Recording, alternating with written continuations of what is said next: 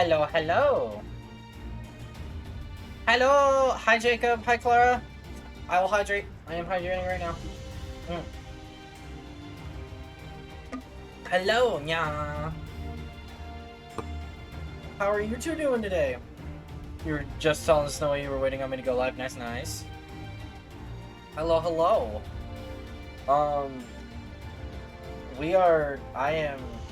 You are Naming. Nice, nice. I just got back from dinner, actually.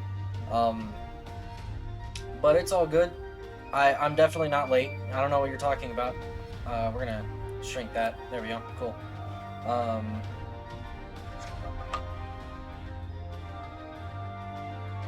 Wait, now I remember why my icon was in the bottom left corner. It was to hide the chat box. Whatever, it's fine. Actually, it probably isn't. I'm at the mercy of...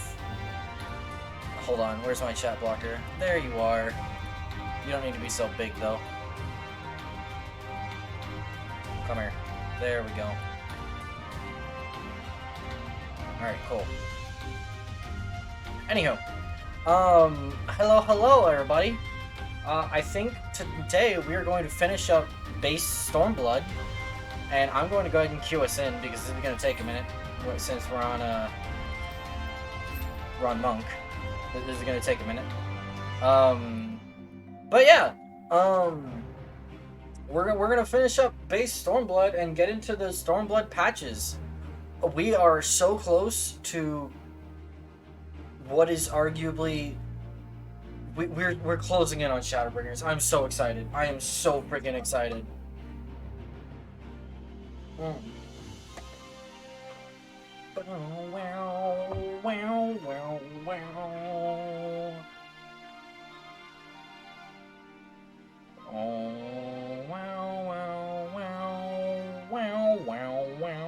I'm just gonna... I want to do this as a monk.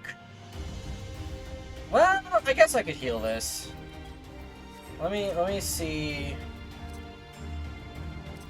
I'll heal this. What the heck? I've healed Shinryu before.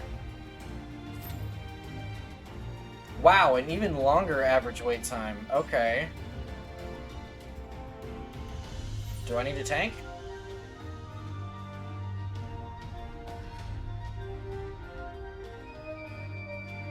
I'll wait a minute. Listen, my very impatient butt is not very patient. Anyway.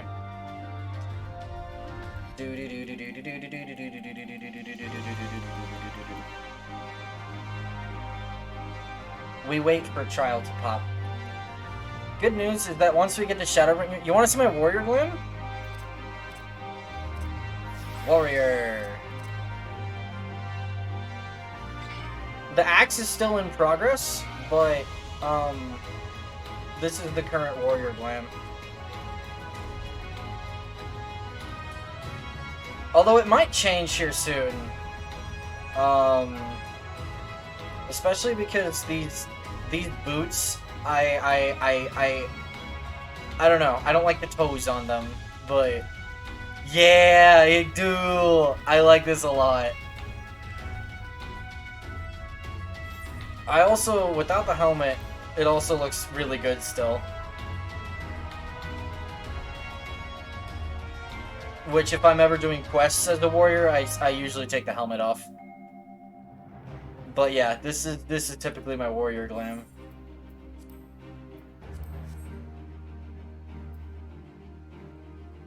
Okay, hold on. Let me pull out really quick. You know what? I'll queue as a warrior. What the heck? The insta-queue. Alright. We're gonna take an axe to his face. I am gonna take off the helmet, though, because I'm pretty sure there's a cutscene after the fight. So...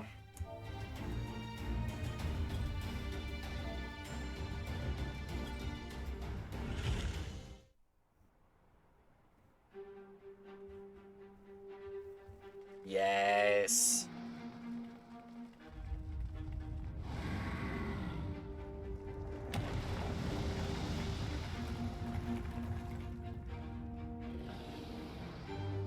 So if you don't remember, Xenos absorbed that thing. There's a nearly naked Why is there a nearly naked cat in my party?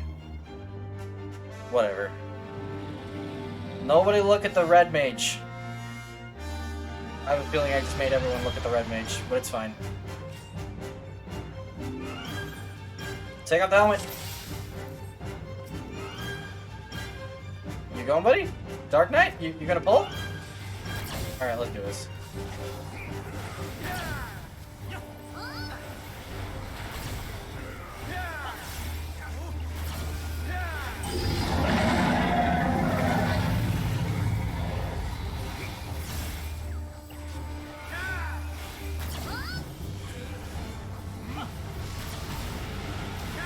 Oh right, I forgot enter release ignores Can I have thank you.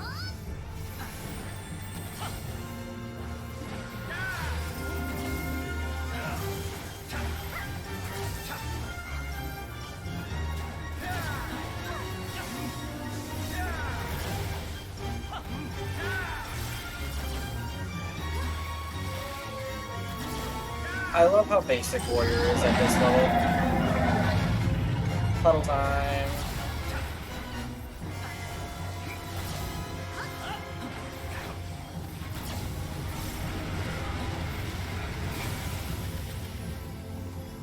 Get back here, you stupid worm.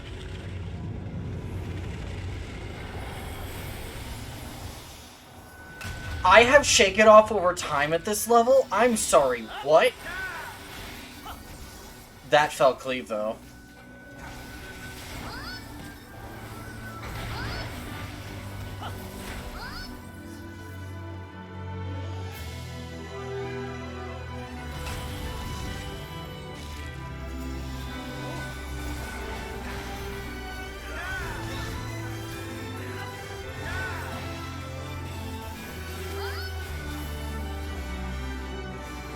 Now there's one in every corner, right? Yeah. I love this fight's music.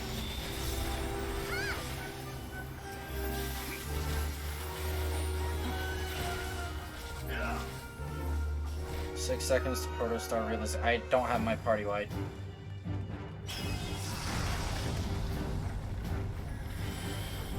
We just have 2 white mages, that's all we have.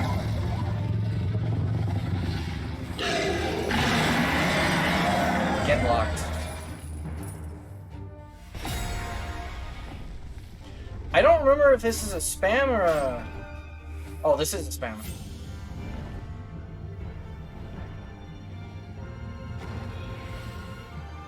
Hey look, we all made it. Phase 2! I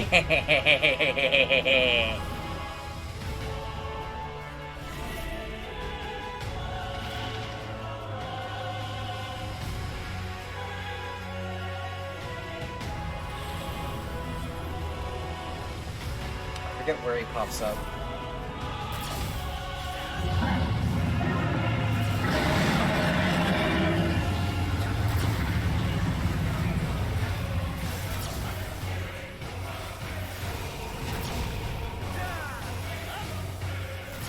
Valcleave.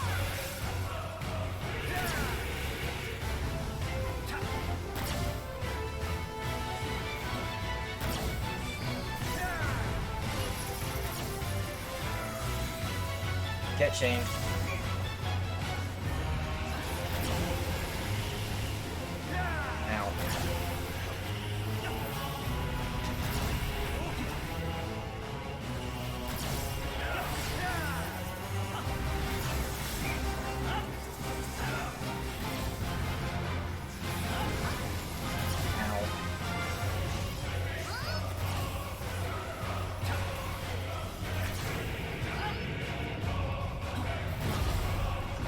Ow.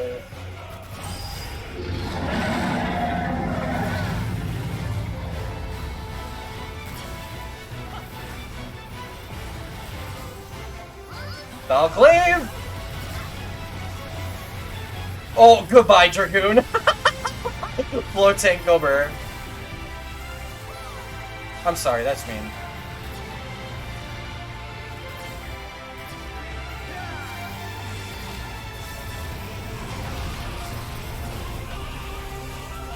My GCD is rolling. I can't do anything about this. There we go.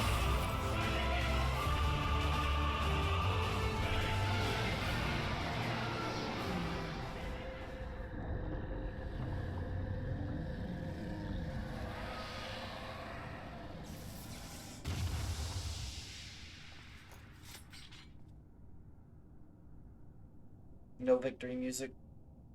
Darn.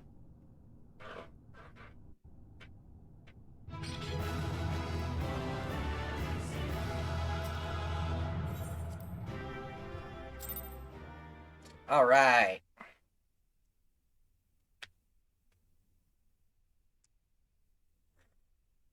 Please be voiced. Because that's a dead Shinryu.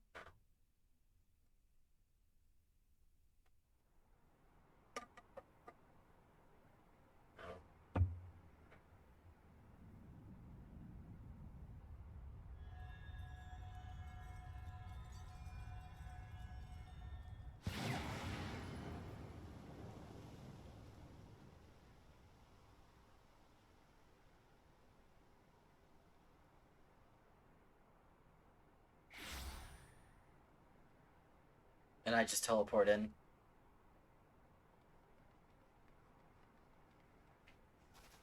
Are you all right?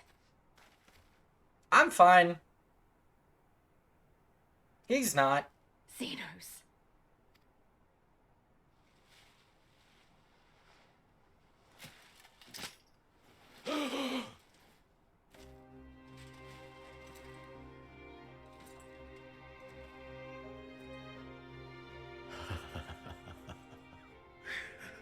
The hunter has indeed become the hunted. And yet, there is only joy. Transcendent joy that I have never known. How invigorating, how pure this feeling. Is that what this was all about? All the meaningless death and destruction, so you could feel something? Yeah, basically.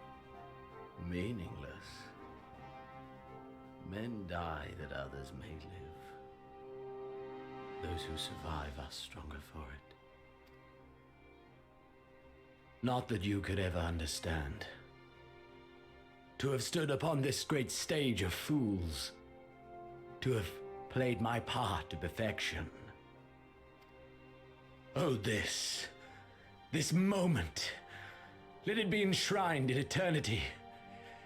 My heart beating out of time, so clear, so vivid, so real, so real.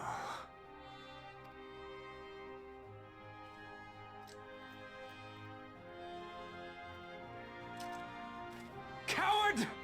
Stop!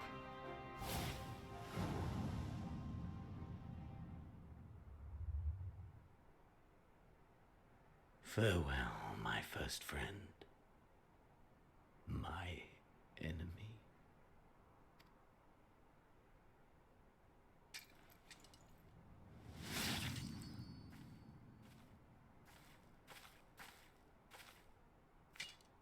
Nope.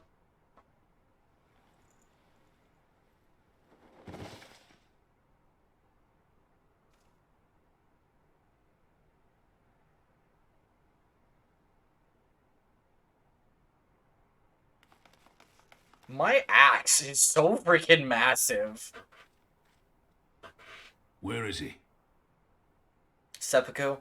Seppuku is, I mean, the same idea, yes, but Seppuku is technically sword through the gut rather than cutting his own neck.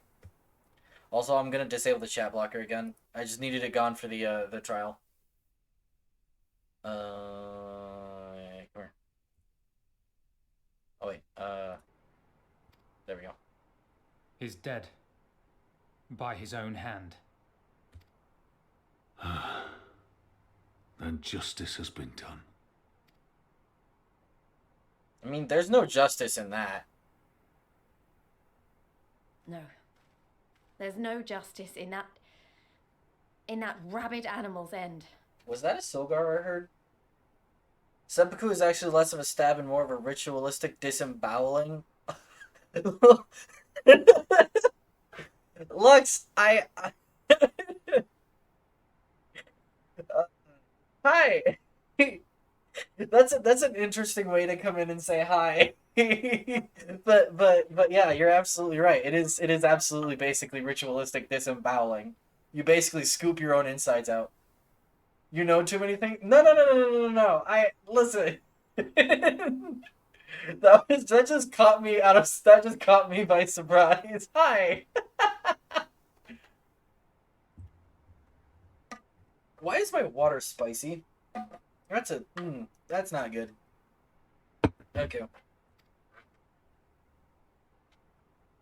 Liberty or death. That so many should be forced to take up this creed to defeat such madness. We won. Forget him. The living have need of us now. Spicy water. It is spicy. Like, Okay, maybe it was just like one spicy little thing, but I don't know. Because that sip wasn't so spicy. You're playing Elden Ring, you defeated... Oh my, you already beat Godskin Stand tall, Noble? Elise. Now is the time to raise a cheer for all who fought for freedom. A cheer loud enough to carry to the highest heavens. How is water spicy? I don't know how to answer that question. The water is spicy. That is not like a bad kind of spicy. Well, maybe a bad kind of spicy. You got lost and went in a circle 3 times? I mean, that happens, though. That happens, though. I'm impressed. I hate the Godskin Noble fight. I'm gonna be real with you. I always get rolled. Magic might help in that fight, though. I wouldn't know. Time for Elise to step up. Time for you to step up. Time for you to make good to your promise on your comrade. Freaking words are hard. Time for you to make good on your promise to Conrad. There we go. Thank you. Without you, well, you know. Guys, my axe. It's like half the screen. It's half the freaking screen. I'm sorry, this is supposed to be a really serious moment, but big axe blocking the shot. You can barely see Lee in front of me. This is really funny. You okay? I'm fine. Someone's made it easy ever since I figured out how to summon. It was just knock sword mistress go burr. Yeah, exactly. Summons are a great addition to Elden Ring. They're controversial, but I like them. So let's do it together. For Alamigo!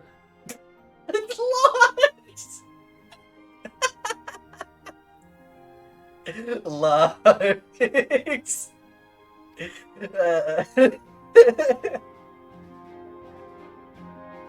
You bet I do. You bet I got that axe. Look at my big axe! It's beautiful. Hi, Ernvald. It is a cool looking axe.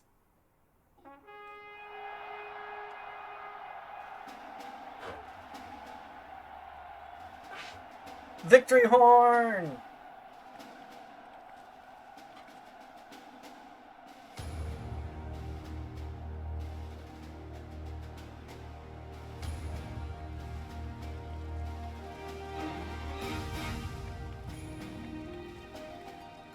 I stopped detracting from serious moment. Never stop detracting from serious. Always silly. I kid. God, my axe is bigger than Raubon!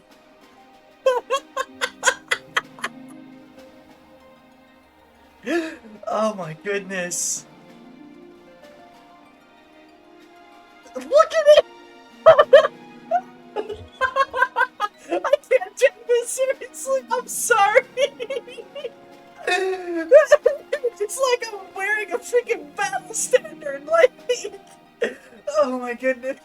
Yes! Oh, it's so freaking... This is peak Warrior. You cannot convince me this is not peak Warrior.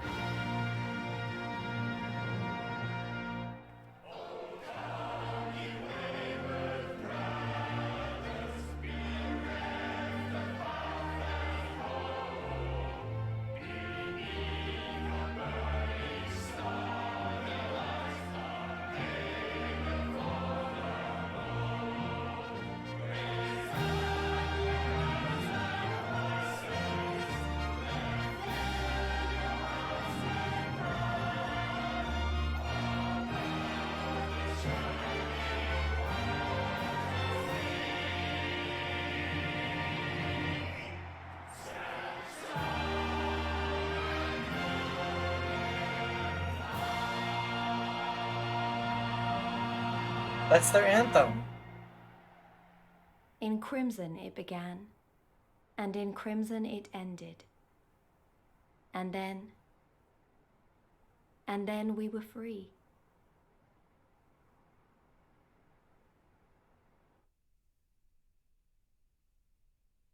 And I'm pretty sure these are the credits, right? Yep. Well, we rolled credits on Stormblood. Throw a hairball on them. They wrote a national anthem for a fictional nation. They did. They absolutely did. Really?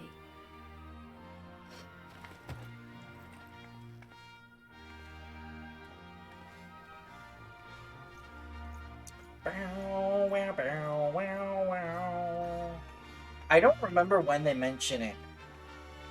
Or if they mention... If they don't mention it soon, I'll mention it after credits. There's a detail about that national anthem that I want to mention that we is may just... be free to live, to love, to grow old, to have dreams and desires, and to strive for them. It's a small detail But in the end, about more we're Garlemald defined stuff, by but the legacy our forefathers bequeathed to us. Even Xenos was once a baby in the cradle, innocent and pure. He was made into a creature that lived only for death, not born one.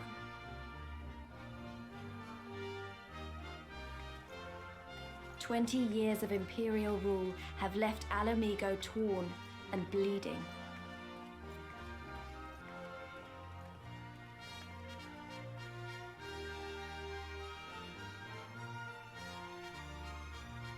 It won't be easy to heal a generation's worth of wounds, to bridge the gap.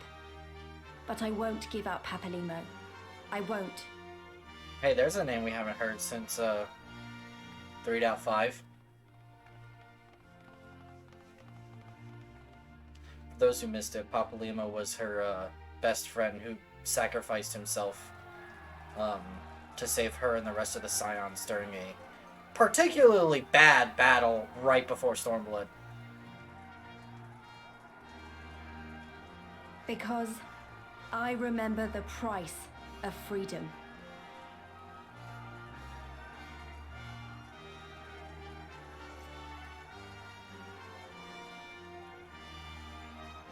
I remember the smoke, and the ashes, and the blood. I remember the screams, and the silence. And I'll do whatever it takes to honor their sacrifice, to build a home for us all. I promise you.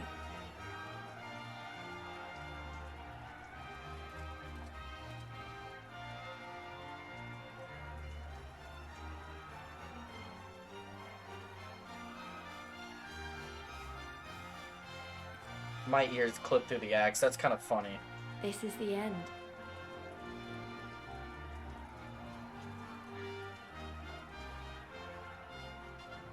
Silly Lise, this isn't the The end. end of the Imperial province of Ala Mhigo, and the rebirth of Ala Mhigo, the free nation. Long may she endure.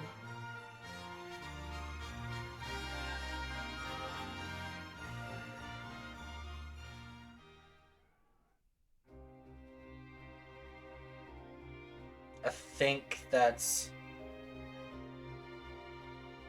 Is that it? Yep. There we go. There we go. Well, guys, that's Stormblood. It took us... How many... Was that 5 streams to get through Stormblood? Like, base Stormblood?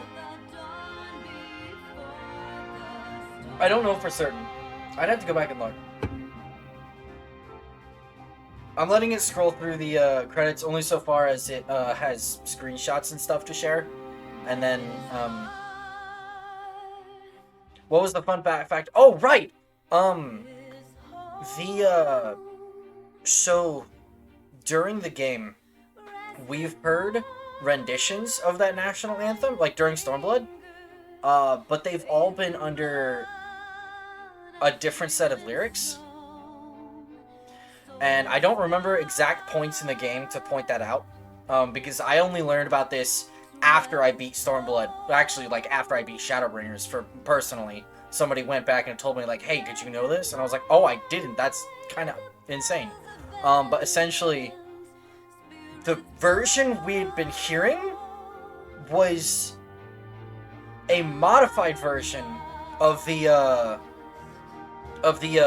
national anthem, of Ala Mhigo's national anthem, that Garlemald had taken and changed the lyrics to butcher Ala Mhigo's own national anthem and turn it into their own thing.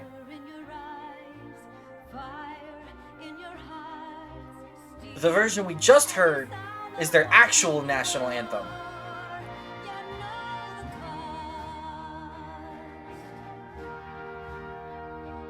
Which, you know, that's a thing.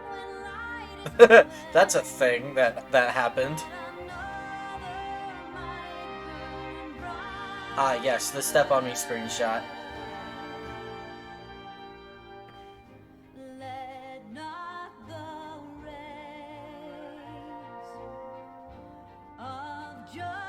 The seas part for we alone. I love that fight so much, man. I love that fight so much.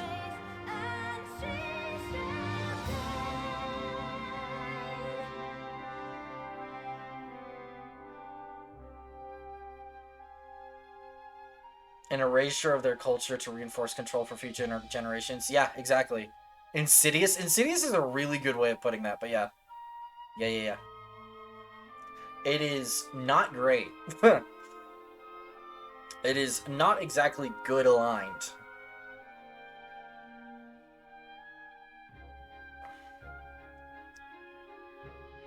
Serena.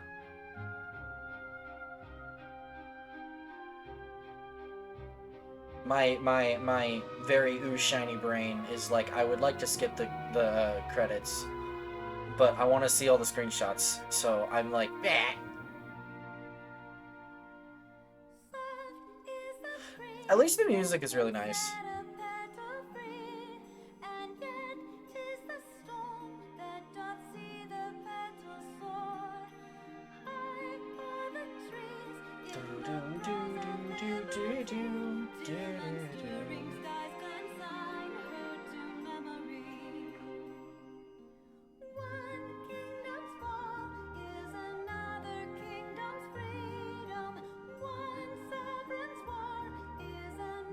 I don't remember. Where's that? Oh, that's before Doma Castle. No, that is Doma Castle. Hi, Hien. Alright. Alright, come on. Hurry it up. I understand. I do. I understand. Hi, Conrad. Very sad.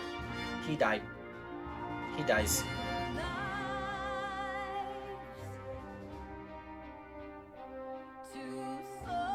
Manago!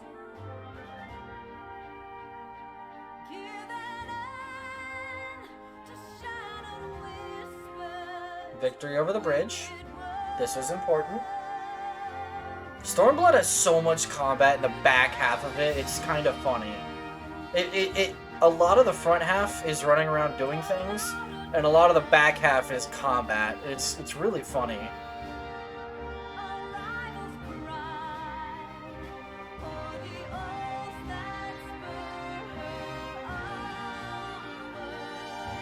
Like, the amount of instanced fights in the back half of Stormblood is really funny. It's a lot. It's a lot.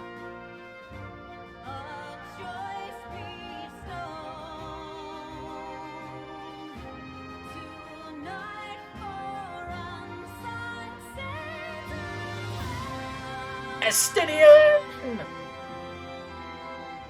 We're kind of going through all the plot points, aren't we? Oh, we jumped straight to Hien flying in to save the day. And then the confrontation with Xenos.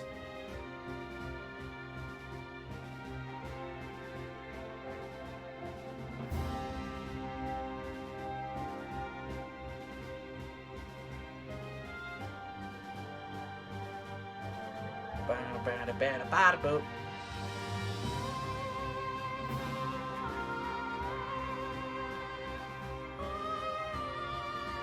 Ironvold!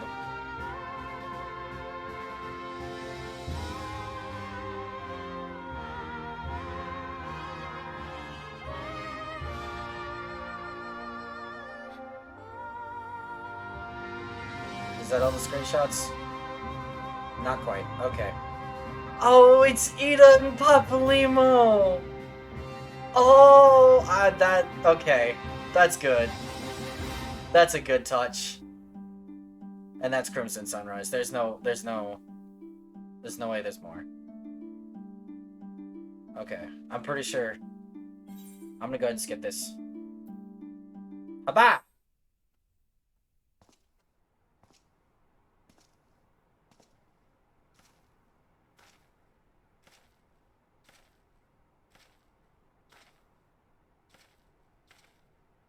Well. What a fine mess we've made.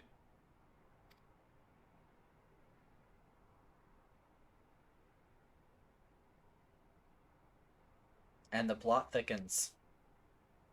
All but spent feeding that primal, eh? Well, you won't be making any mischief with that amount of ether.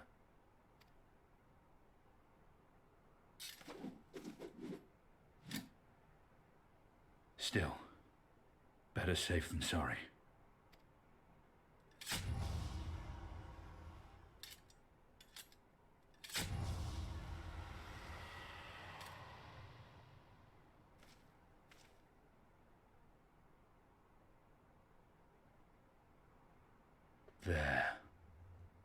There ends your hateful legacy.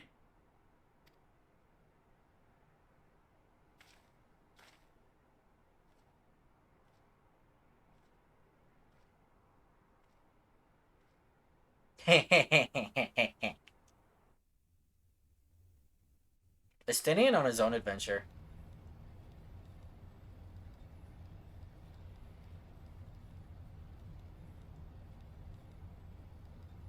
Have we seen this guy? Yes, we have. It's over.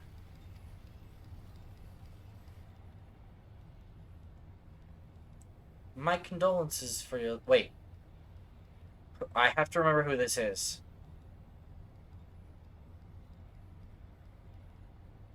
I'm thinking. I'm gonna assume a generic voice until I see who it is. My condolences for your loss. A father should not outlive his son. I think I remember who that is. What nonsense. Yeah, I was right. You do not mourn his loss. You surprise me, your radiance.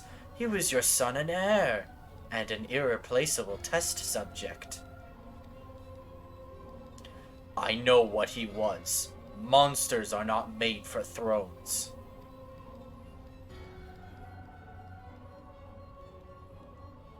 Nor are... No, wait.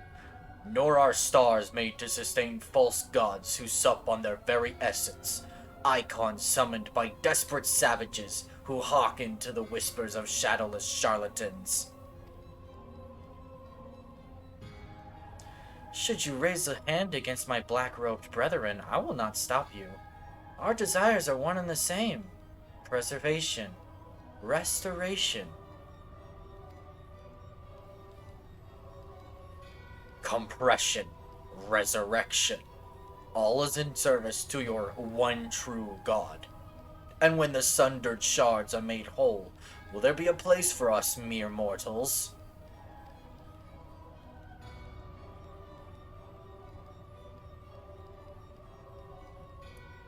Doubt my claims and question my motives if you will, your radiance.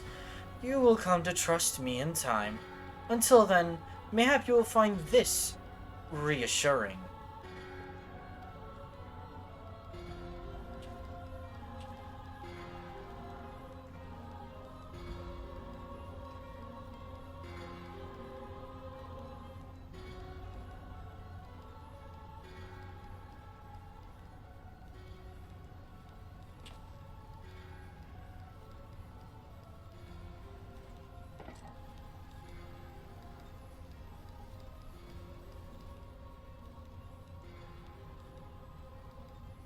How?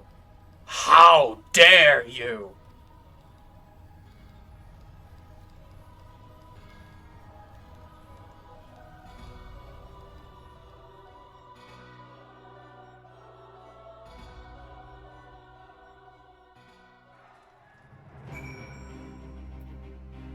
Alright, let me switch back to Monk. That's Tanks. Monk. Monk, come here. There we go. Hi, Lise. We did it! We liberated Alamigo! I don't know what to say. I don't even know how to feel about it all. Relief, I suppose. Pride. And hope, too. We did it, Father. Ida. Papalimo. Conrad. Mefred. Minfilia. We really did it. Hey, don't feel like you have to stand here listening to me mumble. Everyone else will want to talk to you. You beat him, after all. You're the real hero of this story. So run along and take your plaudits.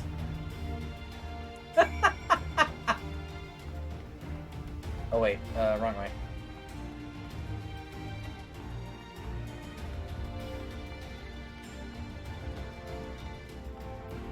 Holy crap, Hakuro is tall. I never realized how tall he was. But Eudemus Xenos, even after he had harnessed the power of a primal, is a testament to your ever-growing strength. Not bitter to have had your vengeance stolen from you by another. There is some small regret, perhaps, but that is outweighed by the satisfaction I find in his death. I commend you, Mylon. As should we all. Xenos was a monster and a tyrant, the man who killed my father and countless other of my countrymen. The world is a better place without him in it. I should also praise Master Alpino for his foresight and restraint. Had he not intervened, I might never have had the pleasure of being reunited with Hakuro and his Lupin brothers. 'Twas a timely intervention, aye. Well, glad am I not to have been burdened with the guilt of killing my Lord Hien's most trusted allies. Ha! Indeed, my friend, indeed. You would have tried. You would have tried. And failed, but you would have tried. You would have given it the good old college effort. I love how people are applauding. This is so cool.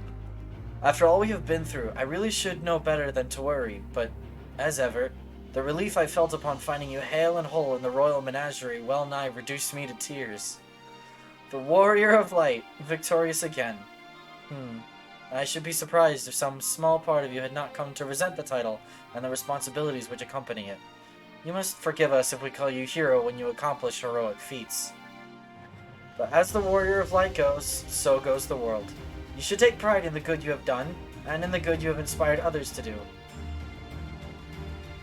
You're a natural-born leader of men, Mylon. All these men weren't just following their commanders, they were following you. And you led them to victory, to freedom. Alas, not everyone could see the journey through to its end, but history shall remember them, and the glorious future they made possible.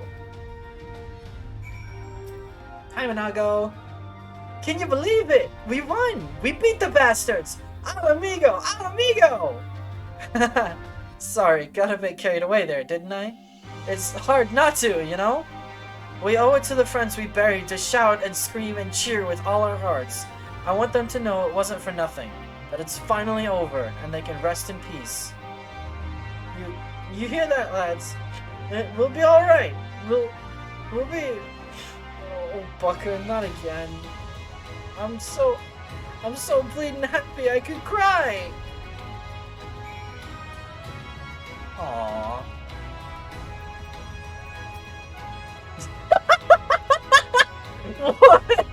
What was that? Wait, Gabe, hold on. You can't just throw that at me. You can't just throw that at me. What was that? The hero of the hour. I suppose we'll have to add Liberator to your titles. With their commander fallen, the remainder of the 12th chose to surrender to our forces. After 20 long years, it's official. The occupation is ended. But now the hard work starts.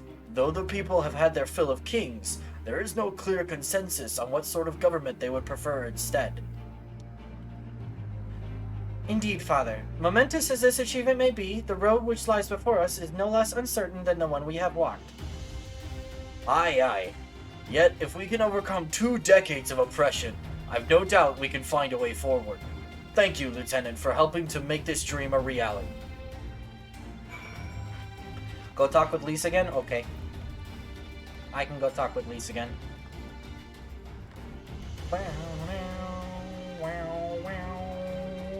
We do a spin. Hi, Lise. Finish your rounds? Great.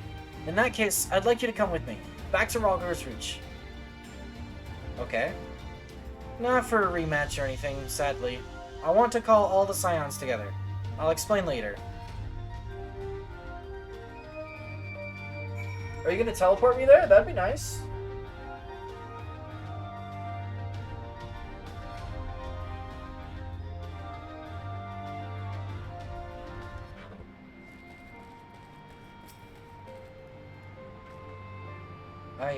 I don't even know where to begin.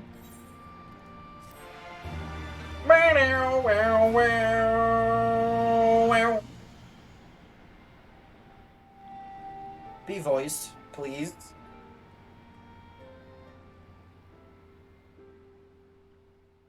This seems like it's voiced. We've been through a lot together, haven't we?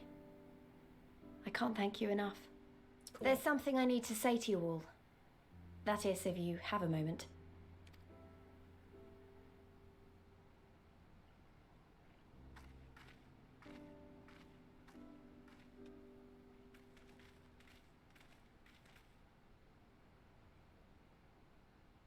Good. You're all here. Good. Good. Thank you doesn't really suffice, does it? I'm grateful. Truly grateful from the bottom of my heart. But I know you didn't fight so hard just to hear me or anyone else say that. You fought because you wanted to help, because you believed it was right, because you're Scions. Now, I'm obviously a Scion, but as Conrad left me in charge of things here, I also have responsibilities to Al Amigo. When I put it like that, though, I realized I couldn't even pretend to be impartial anymore. So it seemed best to make it official. As long as I serve Al Amigo, I can't be a Scion. It might be selfish and short-sighted, but that's my decision.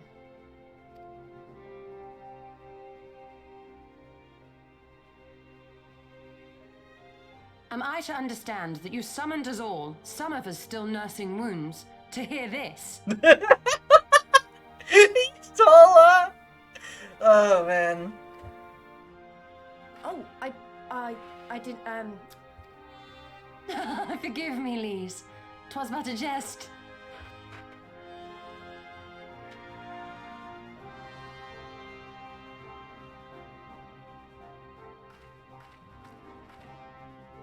But this I say with the utmost sincerity. Scion or no, we are comrades, now and ever after. Is that not so?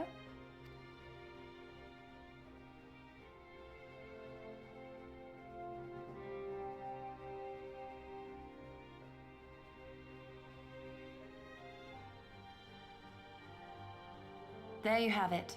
Come what may, you may count on us in your hour of need. We shall never refuse you. Stola. Oh, gods. I swore I wouldn't cry.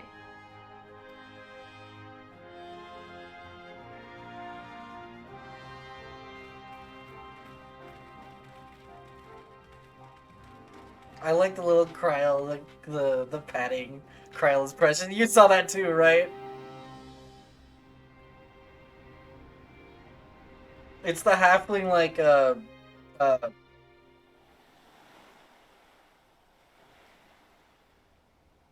there type of thing. But it's funny on Kryl.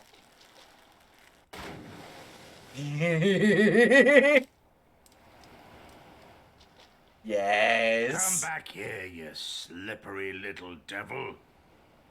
Ah, to think fishing could be so difficult.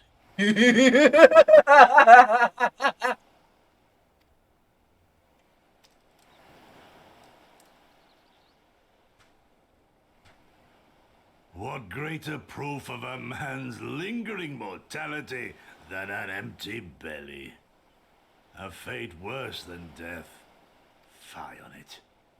To have arrived at the appointed place and time only to survive by mere force of habit. Truly, the Kami are not finished with us yet. Oh, capricious fortune. How you test me with this wretched soul. He's still alive, baby. He made it out of Doma Castle. Unfortunately, so did she.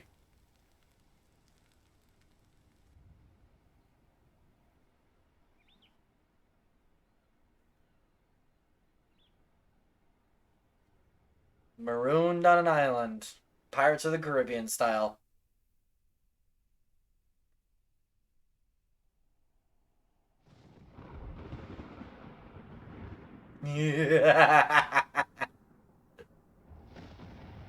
I'll take a living bad guy if a good guy survives. Fair enough. Fair enough, man.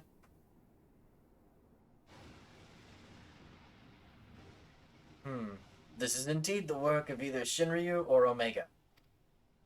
And since there is undeniably something down there radiating a massive amount of energy, which cannot very well be the late Viceroy's lap dragon, yes, I think we have our suspect. Well, this is a mess of our own making, so it falls to us to clean it up. It won't be easy, but is it ever?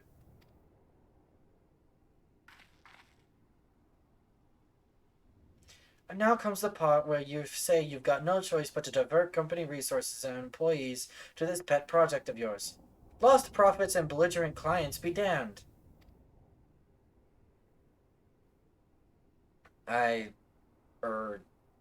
Financial considerations notwithstanding, you have to admit there is an unquantifiable benefit in giving our people the opportunity to study such advanced technology. Oh? Is that before or after you blow it up or seal it away? Fine, fine. But the moment I judge this little venture an unsustainable risk to the ironworks, I'm ending it, savvy? Gosetsu too much a gentleman? He do be a gentleman.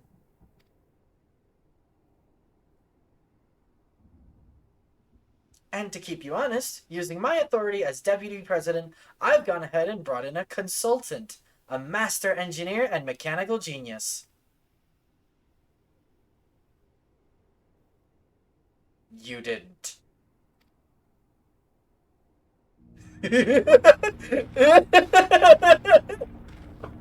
Witness why the Omega raids are so great.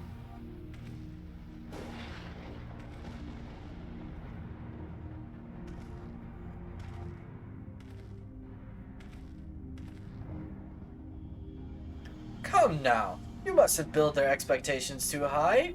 It will be less dramatic when I surpass them.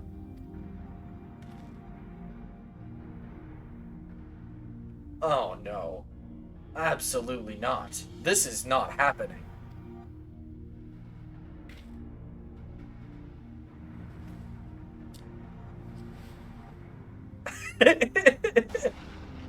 Nero tells Scava, eager to begin his first day as a loyal member of the Ironworks team.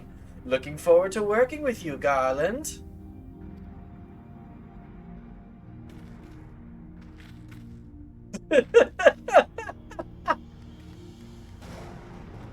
I love how it's thunder and lightning in the background, man. That is so funny to me. So fell the hunter, but what of the hound? So rose the children, but what of the father?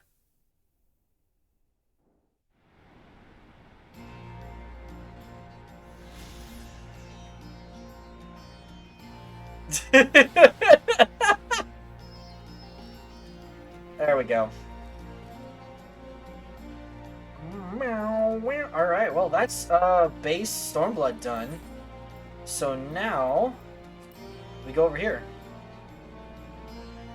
This is the start of the Stormblood patches. This wraps up, I believe. Well, hold on. Let me go over here and really quick. Yes. Okay. So this is wrapping up the post Stormblood story. Part 4 will set up pre Shadowbringers. So that's cool. So yeah, I say let's just go ahead and jump into this. Stormblood Part 3: The liberation of Alamigo signals the end of an era of tyranny. Here, on the cusp of a new age of freedom, her people must decide how they will greet their future and reconcile with their past. What path lies ahead for Lys and her efforts to rebuild the nation? What choices plague Fordola from within her prison cell?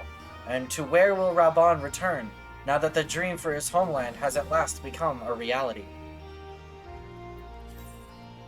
Yes, let's do this.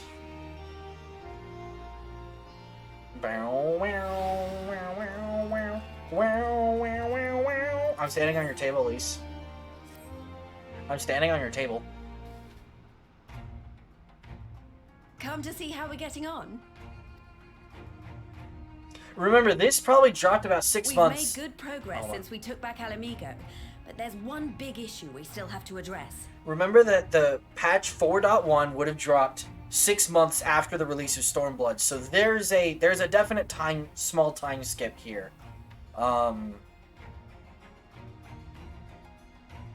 Yeah. But anywho. Leadership. The Domans had Lord Hien ready and willing to take the throne, but we've got no one like that here. Theodoric was our last ruler, and he wasn't called the Mad King for nothing. Suffice it to say, our people have had their fill of kings, which means we need to find a new way forward. If only it were that easy. Everyone and his uncle has an opinion.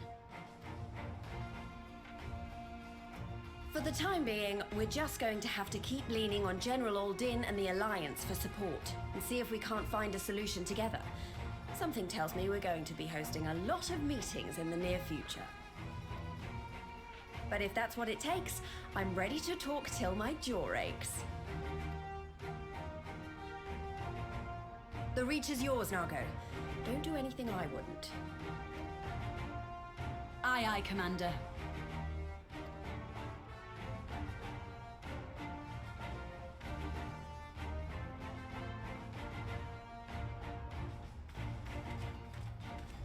Ah, there you are. I've been searching all over for you. Hi, Arnvold. Don't worry, it's nothing bad. That said, this might not be the best place to talk. Will you join me?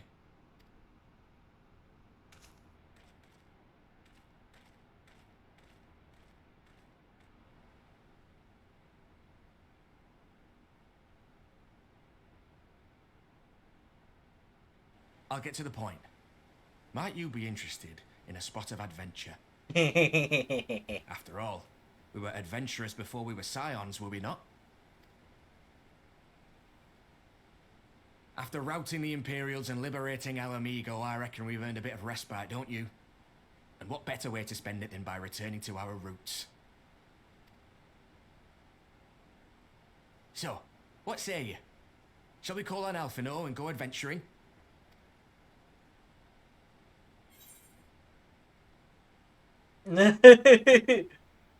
Twist my arm, why don't you? I'm absolutely grinning like that in real life. Like, that is actually my facial expression.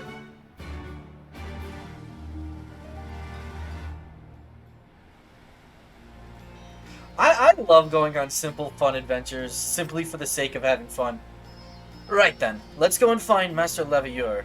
I'm being patted! What? What? Did anyone else see that? They just gone. What? Interesting. Okay. Right then, let's go and find Master Leveilleur. Actually, leave that to me. I want you fresh for our little adventure. Wait for us by the Aetheryte, and we'll be along shortly. See you there.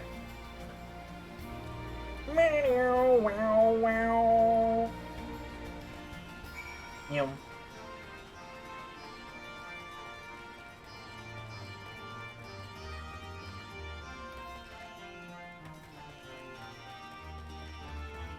I am so excited to be like y'all have no idea. I am so excited to be closing in on Shadowbringers. You have no idea. You have no freaking clue.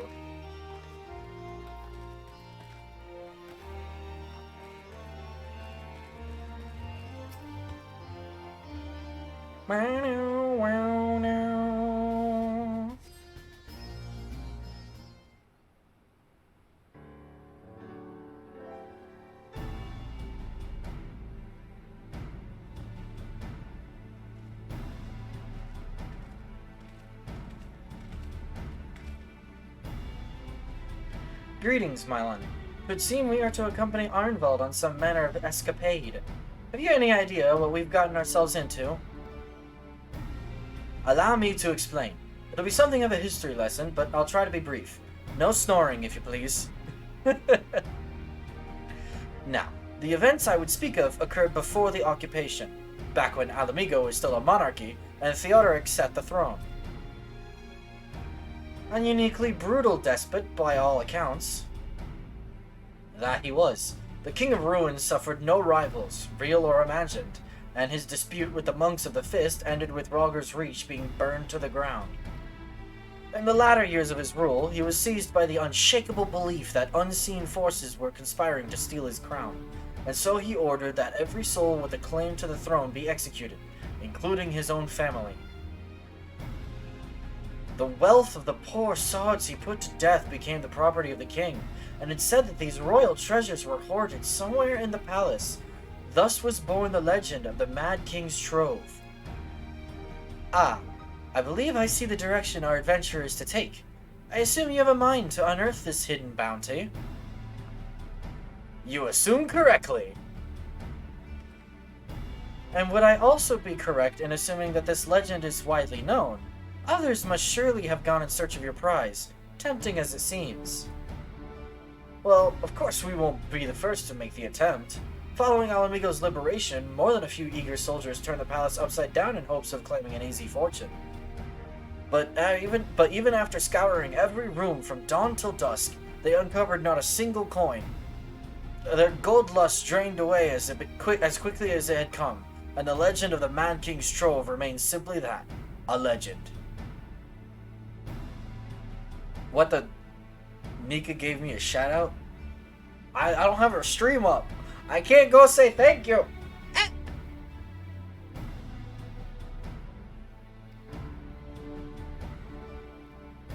But I see you have no intention of letting the story end there. What self-respecting adventurer would? Imagine the three of us delving into a decades-old mystery. Tell me the thought doesn't set your heart to racing. I'm down.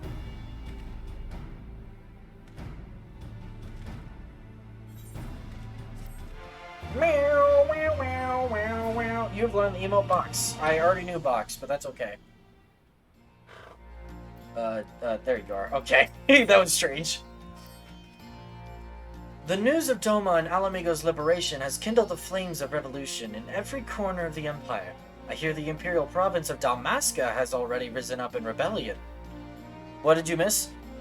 Basically, history lesson, Theodoric was the Mad King of, had to use the bathroom?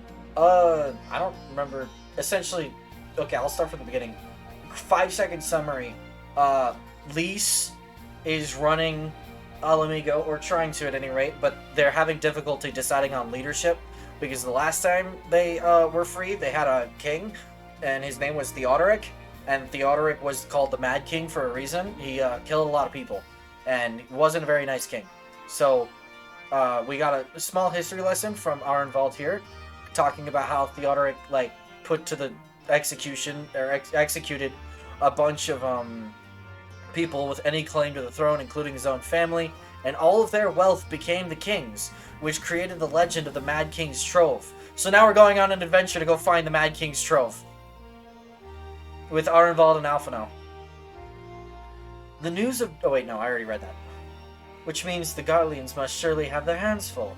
What better time than now to indulge in such a diversion? Tell us, Arenvald, have we any clues as to where we might begin our search? Well, judging by how the other treasure hunters fared, nosing about the palace isn't like to get us anywhere, so we'll probably need to, ask around. Would that be another way of saying no? Well, yes. I see. In that case, I shall pay a visit to the Allied Archivists and request access to the records seized from the Imperials. The Garleans are meticulous about such things. If they uncovered the trove during their occupation, the event is certain to have been recorded. Treasure hunting. Yeah, exactly. That is what we're starting 4.1 with. In the meantime, the two of you can track down those who worked as palace servants and officials in Theodoric's day. Given that they would have been at least 20 at the time, you will be looking for people who have seen 40 summers or more. Anything they can tell you about the king and his bloody deeds may prove useful, so be sure to listen well. Arenvald, pray try your luck in the fringes and the peaks, while Mylon makes the rounds in the Alamigan quarter. Huh? And there I was thinking I was the party leader. Not that I mind, of course. Let's beat about it, eh? We can meet afterwards at Gilbard's Gate. And off we go. And like all good treasure hunts, we start with an investigation into backstory and lore.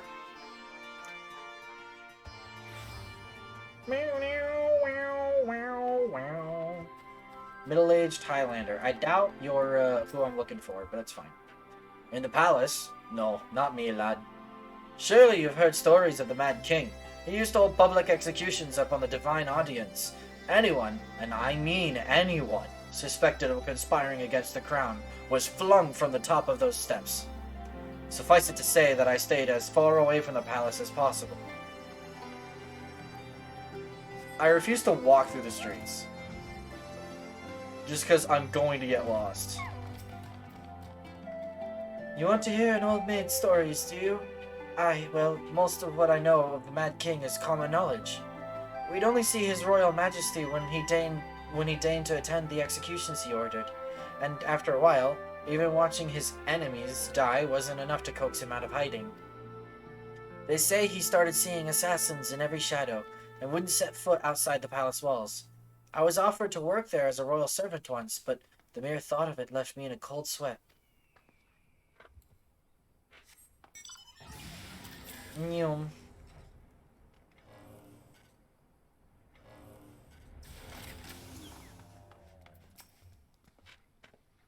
I served at the pleasure of King Theodoric, and lived to tell the tale. One of the palace guards I was. Truth be told, it was a dark chapter in my life, and one I'd sooner forget. Hardly a night went by when we didn't hear blood-curdling screams echoing from the inner chambers, which, of course, we were under orders to ignore. So we'd stand still as statues, trying not to imagine what horrors were unfolding within. If you're hell's-bent on finding out what happened in the palace, head down the street here and ask for Earl Arnold. He was the king's head scribe.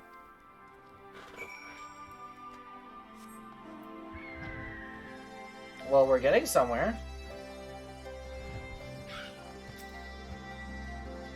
Yes, I'm Arnold. What do you want with me? I'm told you were the old king's scribe. You would have me dredge up some decidedly unsavory memories. Yet if Alamigo is to move forward, we must needs acknowledge the misdeeds of the past. Very well, I shall tell you what I remember. I take it you know of Theodoric's paranoia and the public executions of his kinsmen. Those were terrible enough, but in his last days, the king's fevered mind settled upon an even grislier method of disposal, which only a chosen few were unfortunate enough to witness. His Majesty ordered the court thaumaturs to unleash a vile curse upon the remaining members of the royal family, a magic which transformed them into fiends of hideous aspect. The resulting monstrosities were then cast into the darkness below the palace. Not a great king. No wonder Alamigo doesn't want another monarchy. Exactly. Exactly. But they can't decide on what they want. So, you know. It's not chaos right now. They have the support of the Alliance. But problems are brewing. The pot is boiling.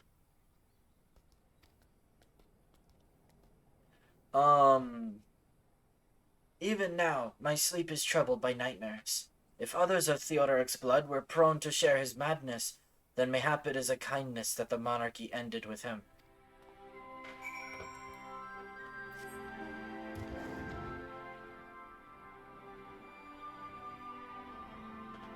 Yeah, not a great dude. Not a great dude.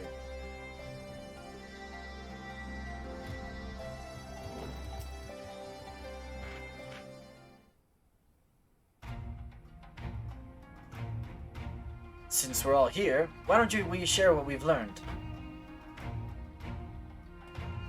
Allow me to begin then.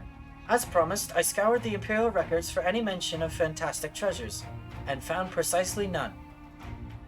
It is just possible, I suppose, that a corrupt official deliberately hid the fact of the trove's discovery, hoping to enrich himself, but I find it rather unlikely that so valuable a find would stay secret for long. I conclude that our prize either does not exist, or that the Imperials somehow overlooked it. But what of you, Mylon? Were your investigations any more fruitful? A little bit. Turned into monsters! What could he mean by this darkness beneath the palace, I wonder? I met an old man in Aligiri who spoke of the palace's subterranean prison, but he said naught of cursed abominations. The Imperial archives were also silent on the subject of fiends inside the palace grounds. Could the scribe fellow have been spinning him a yarn, do you think? Did you believe him, Mylon? His fear seemed pretty genuine to me. He also had no reason to lie to me. That I know of.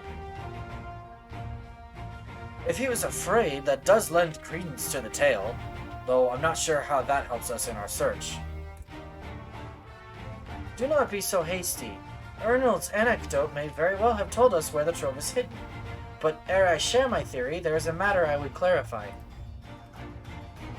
Arnvald, you spoke of light-hearted adventure, but I sense a deeper motive for this expedition. Why are you so intent on finding this treasure?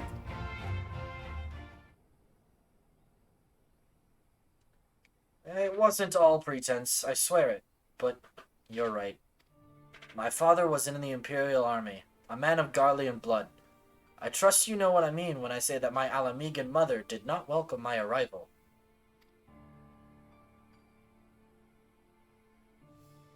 As I grew, she would check my brow over and over, convinced that a spot on my skin was an emerging third eye, like the kind you see in pure-blood Garleans. My mother did not care for this taunting reminder of my heritage and took up a knife. War paint serves to cover the scar.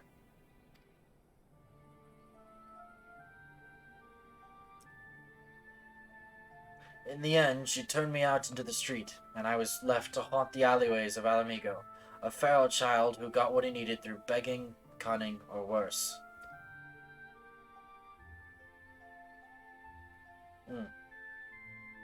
The best I can say about the years that followed is that I survived, but I hated the animal I'd become. Eventually, I left the city behind me and joined a group of refugees bound for the other side of the wall. It was then that I turned to adventuring, and that road led me into the company of the Scions.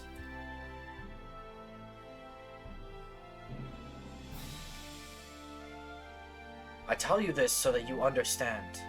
I know all too well what poverty and hunger can do to a person. I drew steel on ordinary folk for a measly crust of bread.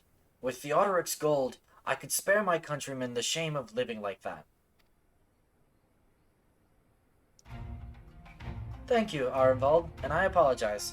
That cannot have been pleasant to recall, but it felt it best to be clear in our intentions. Well, Milan, are you content to surrender the treasure to Arenvald's noble cause, and claim the thrill of adventure as your reward? Absolutely. Then I should be glad to tell you my theory on the resting place of the Mad King's Trove, if you are minded to hear it.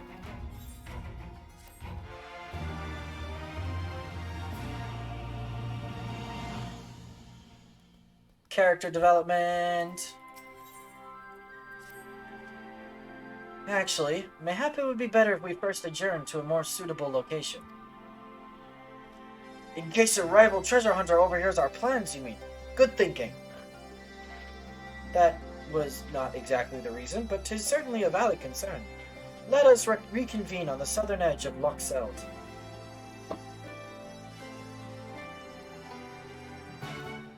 Luckily, I can fly.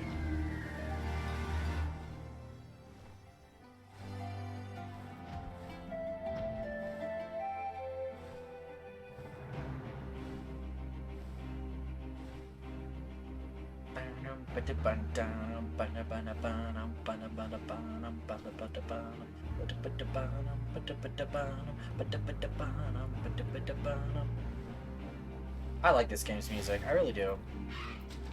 Hi, Alfie.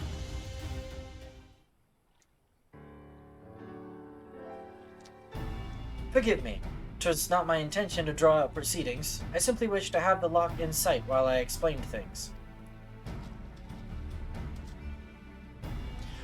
Prior to the great flood of the 6th Umbral Calamity, the salt lakes you see before you were yet dry ravines. And this, believe it or not, was the site of the ancient city of Scala, which rose and fell during the 5th Astral Era. From what we know of the period, the city was already deserted by the time the waters began to rise, having been all but destroyed by war. Yet its ruins remain to this day at the bottom of Loch Seld. It is my belief that the darkness beneath the palace, mentioned by Theodoric's former scribe, was not a reference to the prison, but to a place still further below, the ruins of Scala. I further surmise that the Mad King's unfortunate kinsmen were cast down there not simply out of a desire to punish them, but to discourage exploration. Theodoric wanted to keep the ruins secure. Wait, you're saying they were meant to guard the Mad King's Trove? Precisely. And since we know the court thaumaturge was involved, we can safely assume that any entrance into the old city will have been magically concealed. Which would explain how a legion of Imperial soldiers and the gods know how many Alamegans never found a trace of the trove. We, however, have certain advantages which they did not enjoy. Milan, would you be so good as to swim down to the bottom of the loch and search for an underwater route into the ruins? While you do that, Arenvald and I will seek out an ensorcelled portal within the palace.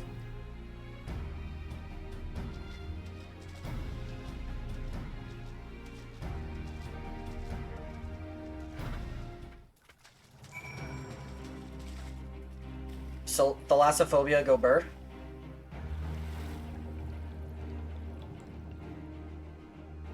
Thalassophobia go burr.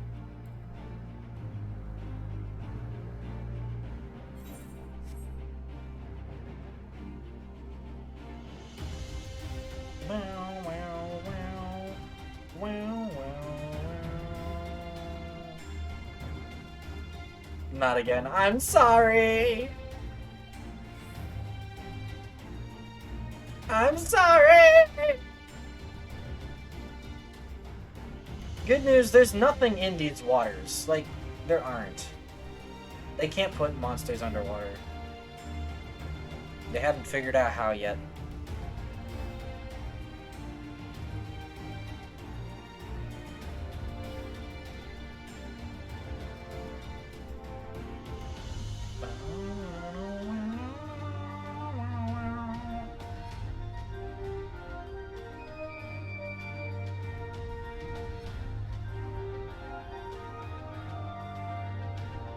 Comfort? Yeah, there's nothing in here. It's just empty. Well, that's interesting.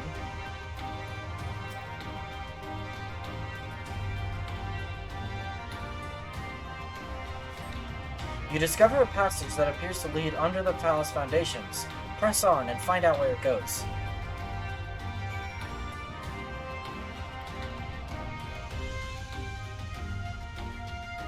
Time for cave diving.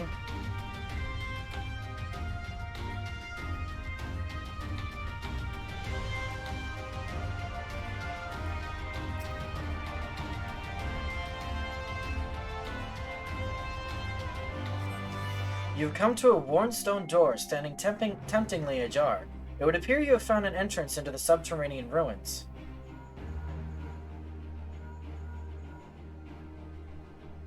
Mylon, it's Alphino. You have searched the prison beneath the palace and found a teleportation portal concealed by enchantments. The markings indicate that it leads to an underground cavern. What news on your end? I found a door? And you believe it leads into the ruins? Then I dare say we will be able to meet within. Go on and head through the door. By the way, I took the liberty of calling on a friend for help. I guarantee she's both dependable and discreet. We'll see you soon. The drowned city of Scala now accessible. So how do they organize...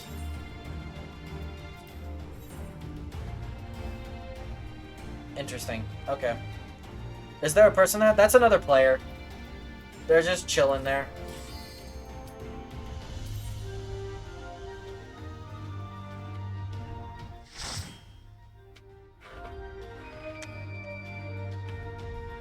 They also seem to be doing the Stormblood story, but they were skipping dialogue and stuff. I don't know why we're catching up to them, but... yeah, it's just another player. The drowned city of Scala.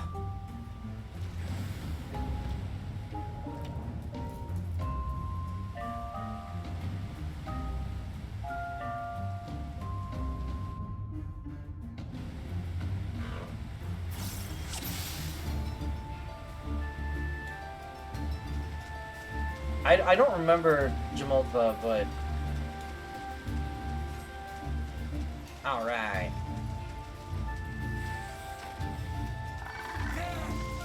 Combat time.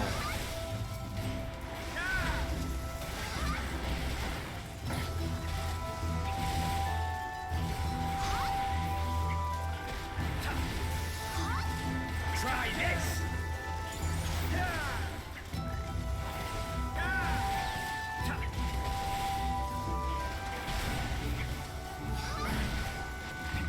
We're setting up my stuff again.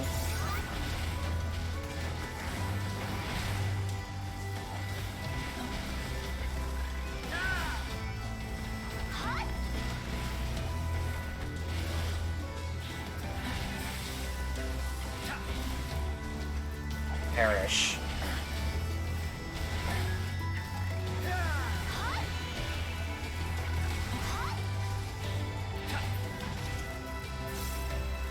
There we go.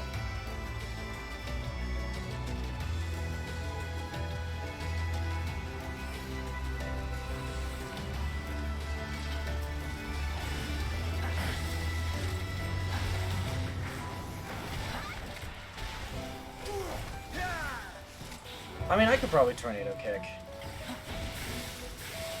I'll tornado kick here in a second.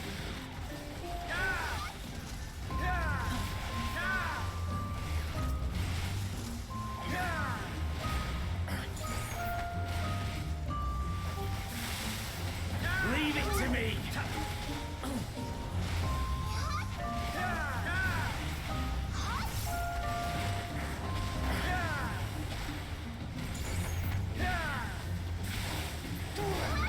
There we go.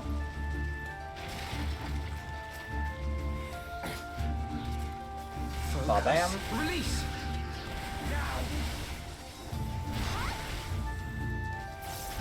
The Dungeon of Fishies.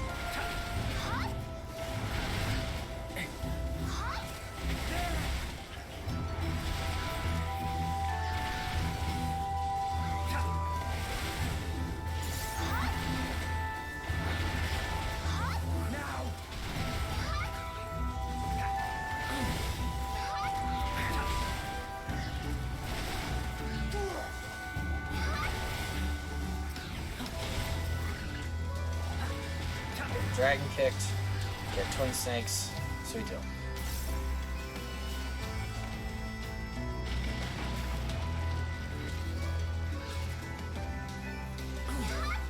Come on.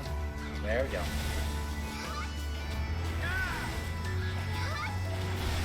Do we tornado kick? I think we do.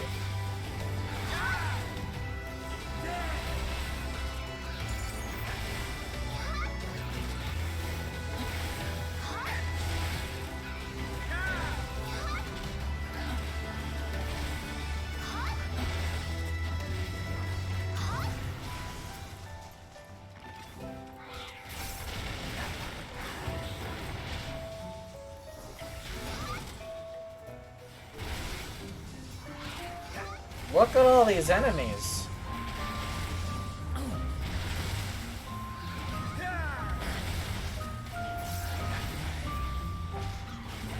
Oops.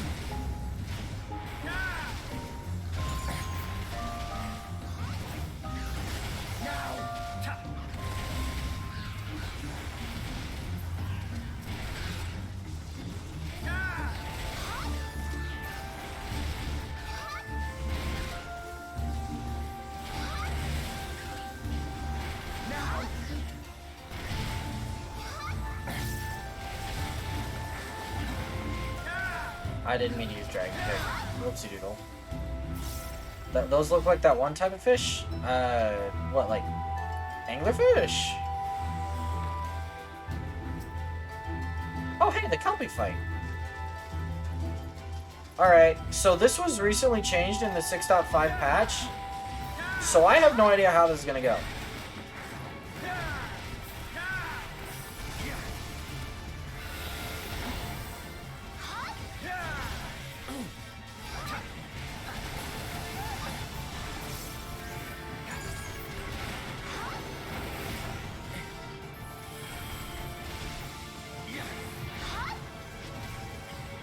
Try this! Hydro pole. Ah!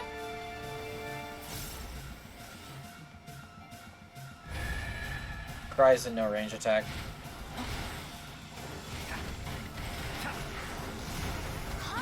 Oh, I meant to use perfect balance there. Whatever, I'll just go ahead and... Leave it to me! Ow. Get tornado kicked.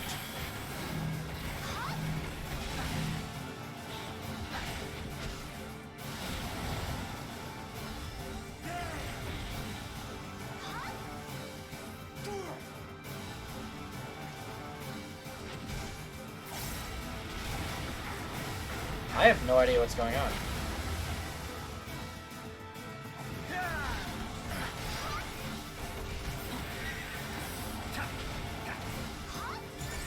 They eat Portuguese man of war? Oh, that already sounds scary.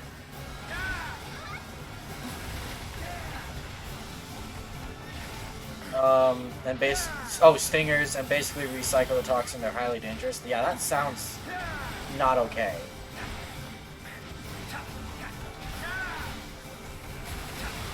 Ow.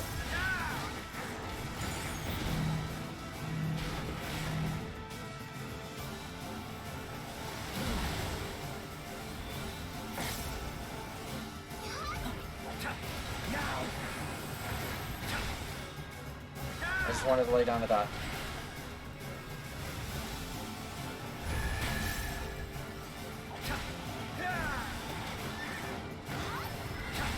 There we go.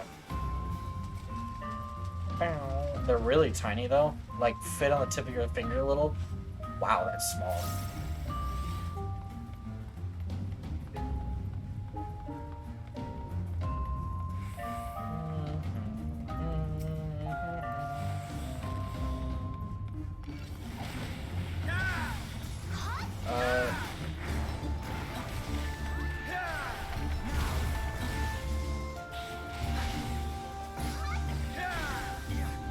I don't want to tornado kick this thing.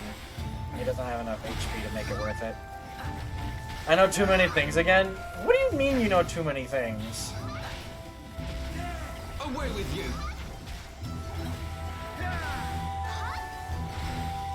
Fun facts are cool, man. Fun facts are always cool. I thought he had more health than that, but maybe not.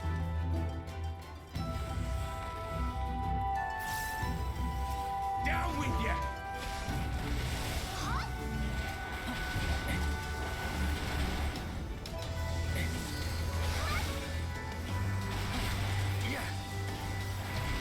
Tank it.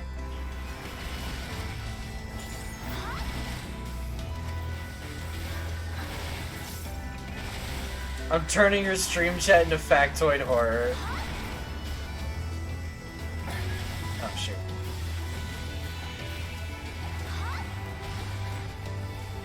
Listen, if you have fun facts you'd like to share with the class, I am more than happy to hear them. Fun facts are always fun.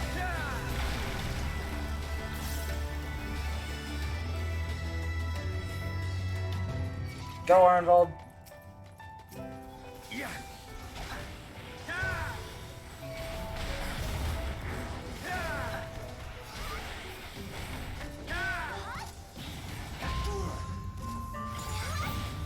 Wait, did I do that wrong?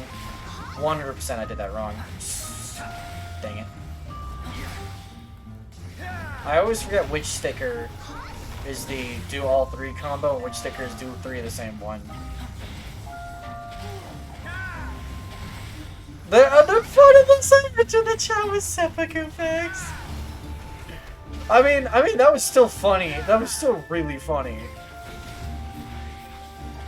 That's just 3 dragon kicks, I don't care.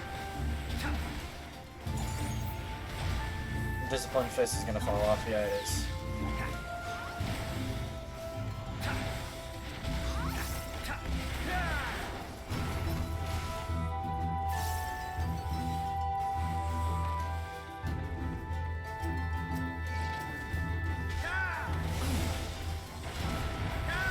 I'm glad it was comical at least. Yes, yes.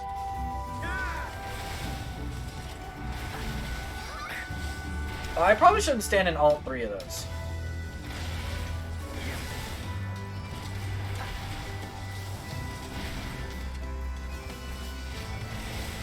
I don't know. Maybe. Stand in the bad. See what happens.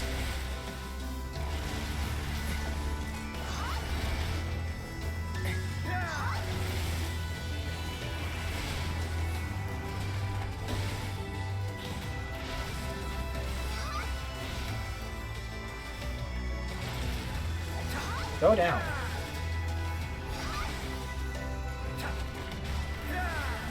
There we go. Hi, Wolfie. Hi. Oh, shit.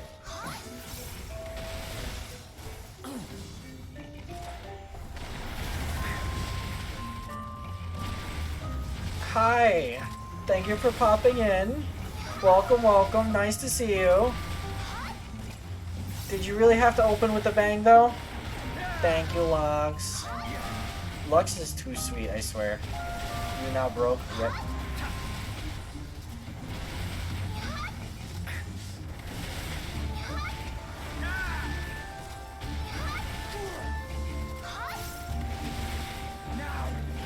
I open with bangs or loud screams in a lot of friends' chats. Why? Why would you do this? This is cruel and unusual punishment. Because it's funny. Release.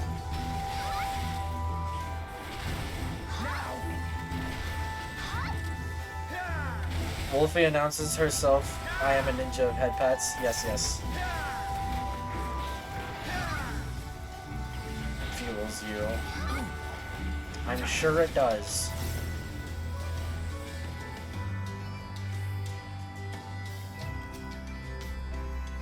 Is this fight the same?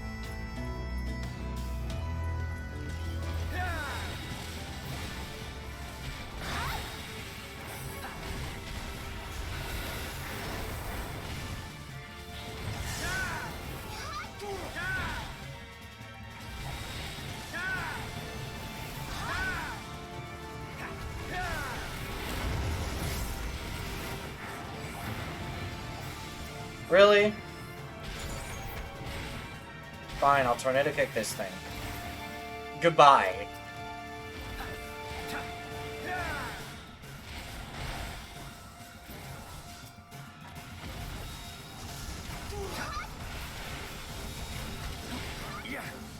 Can you stop it with the massive point blanks?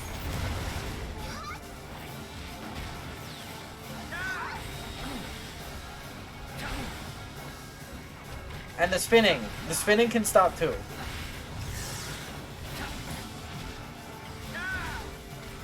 Alright, I'll wait to pop my thingy. Oh, cool!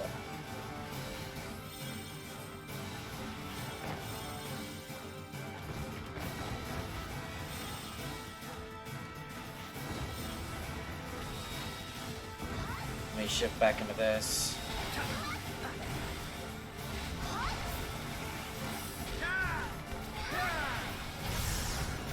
Away with you! Get one striked. Are you a bunny? I was in fact a bunny. They changed me into a bunny. Not again!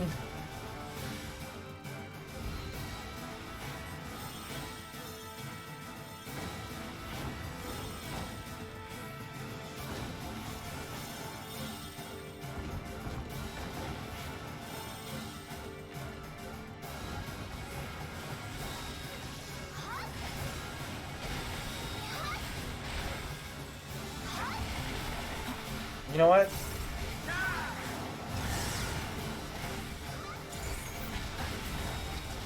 Really? Really? Neum. We have to Neum. We have to go. We have to go. I have like 10 seconds.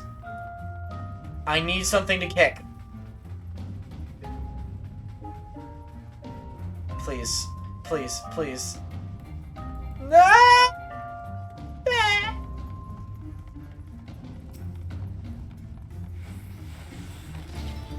No, Arma, wait! That's okay.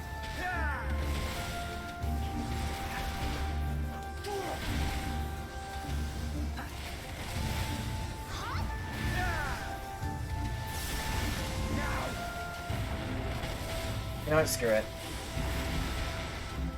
I will kick the big boy. Get kicked.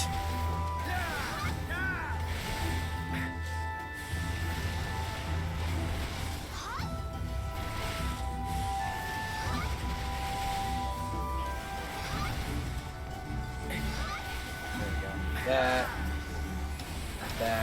Leave it to me! Flint strike.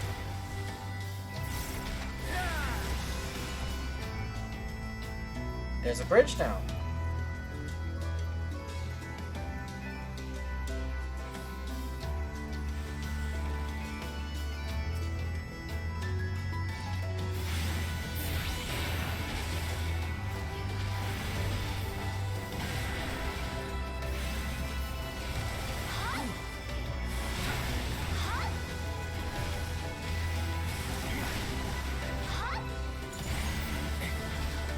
I forgot that I was grabbing the same one again.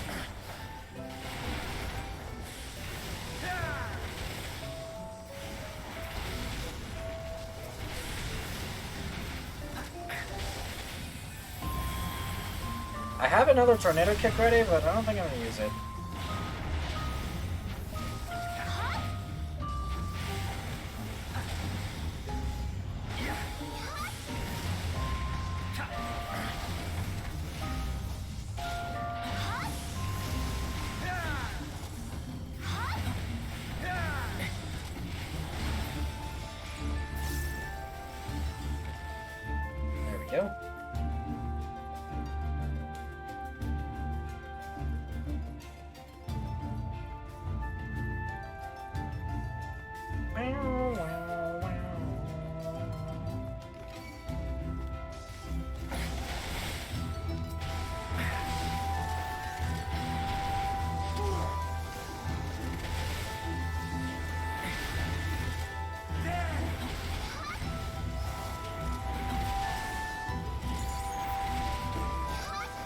Get tornado kicked.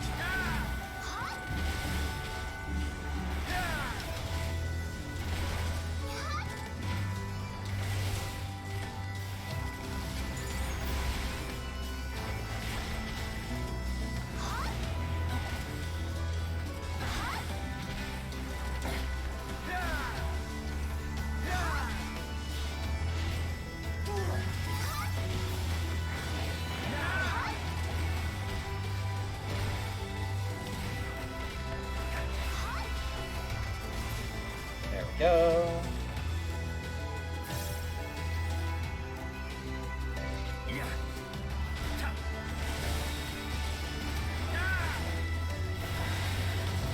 Bam. Bam. Tornado kick ready for the boss.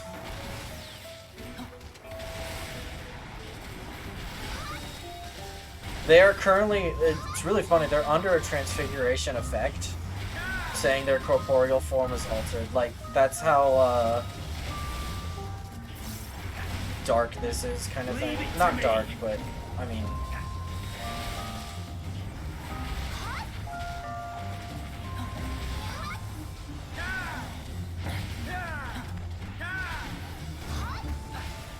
the effect is still on them.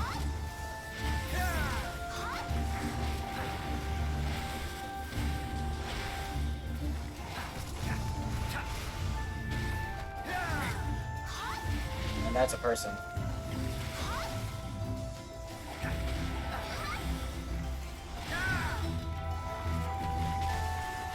Away with you!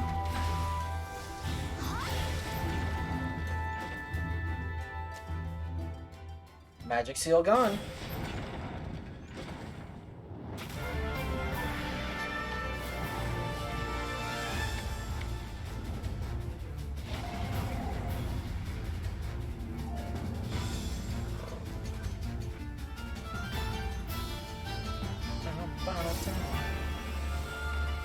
Alright, let's do this.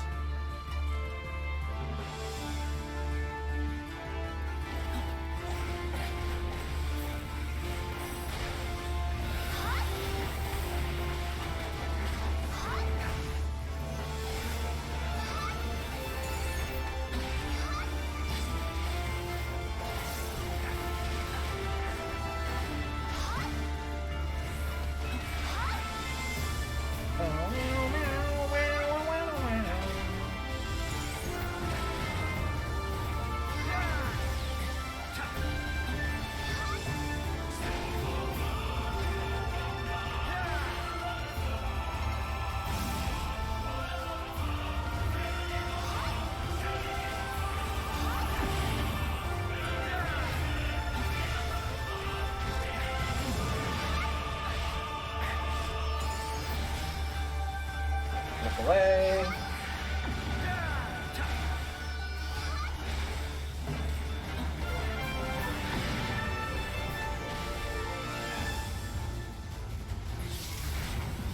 Oh, I thought I clipped them with that.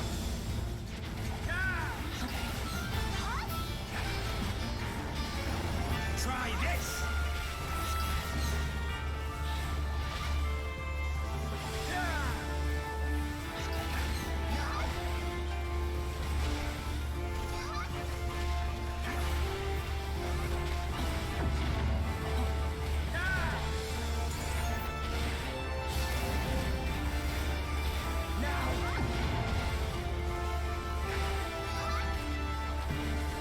I needed to hit the repositional.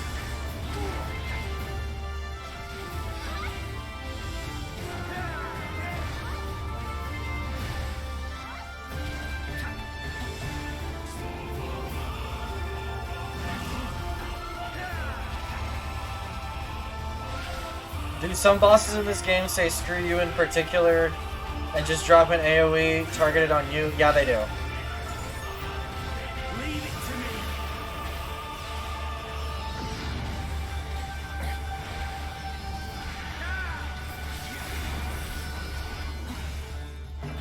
Kind of like that. They don't do a lot of damage. It's more just work for your healer.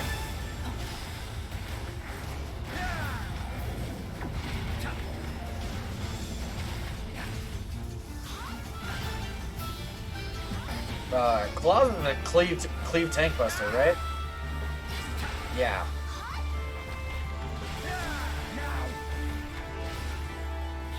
Oop, don't be there. Try this.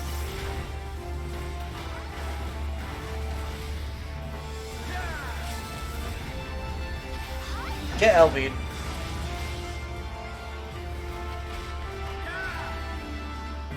There we go.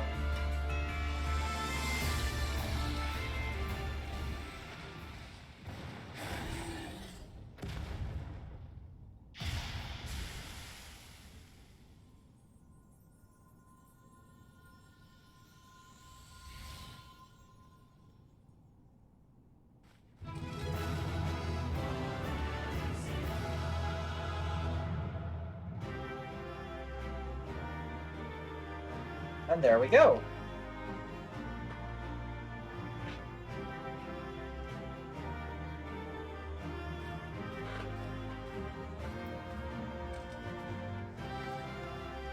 Arnvald has gotten stronger. Has any possible positive charge? I can scarcely imagine how much it actually is. To think that monster... Wait, what?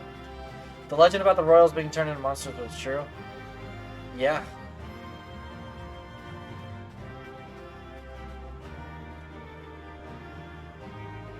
Alphino, speak again. I didn't read your... Alright, never mind. Whatever. Screw you.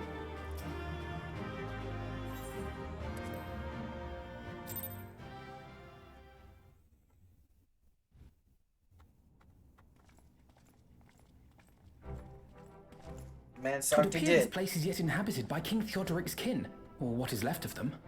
The work of terrible magics, I fear. Terrible, aye. But their misfortune is our fortune? Quite. By the 12, there is even more than I imagined.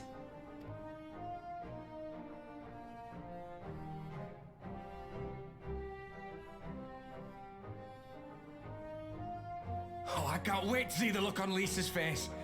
Thanks for believing in me, you two.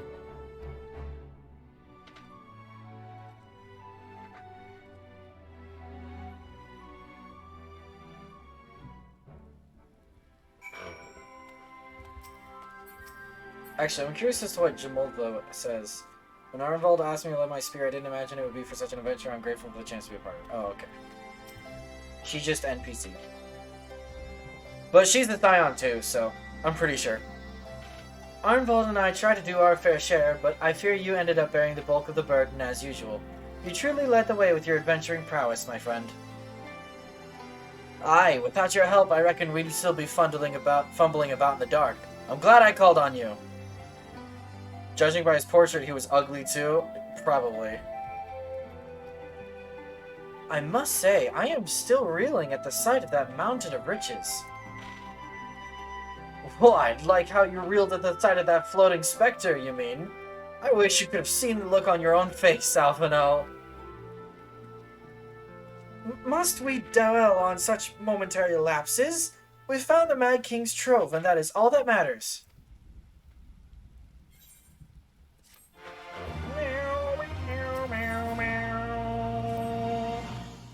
Old jesting aside, we must tell people the good news, and I think Lise should be the first. Seconded. She's bound to be delighted. If I am no longer needed, then I shall take my leave. Of course, don't let us keep you. Thanks again, and say hello to Vama for me.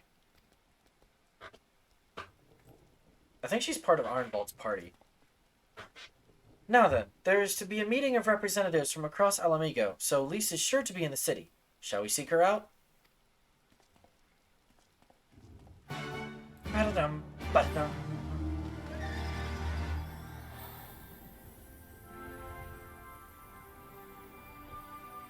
It do the rain.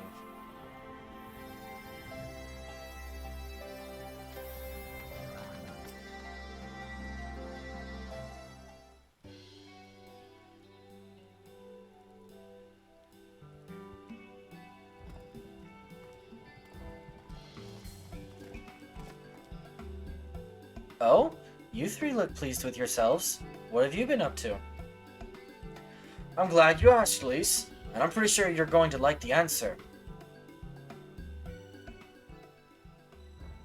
We went on a swimming trip. You're joking! The Mad King's Trove? I thought it was a myth. So did plenty of people, but they didn't have Mylon and Alphino in their party. The credit for finding it should really go to them. As for what to do with it all, I vote that it go towards alleviating the suffering of Alamigo's poor. Gods, if there's as much as you say... Arnvold did not exaggerate, I assure you. We could not hope to carry even a fraction of it out on our own. I have taken the liberty of sketching out a rough map of the ruins. If you will assemble a squad of your most trusted freedom fighters, they should be able to follow the route to where the treasure is.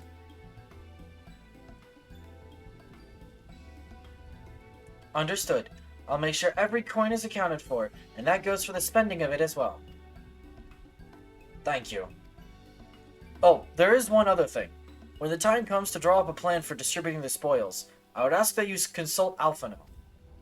I don't have a head for details. I'm not educated. I see that simply handing out sacks of gil won't solve everything, but I couldn't rightly tell you what to do instead. Oh, I know the feeling. I'd welcome any advice you could give us, Alphino.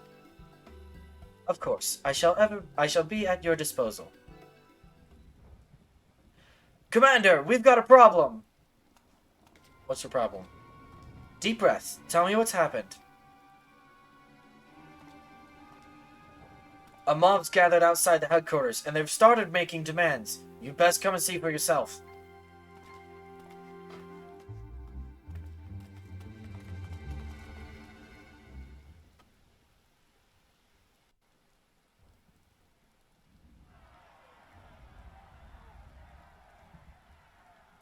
Step back, all of you! Water time. Like hells we will!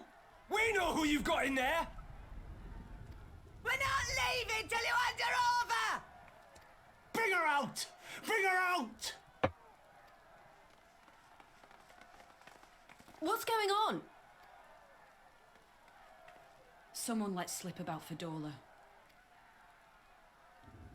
It's true then! The bitch really is in there! I knew it! I bloody knew it! We demand vengeance! Bring her out! Today we butcher the butcher! Come on, you don't mean that! We'd be no better than the Imperials if you'd all just calm down! Calm down!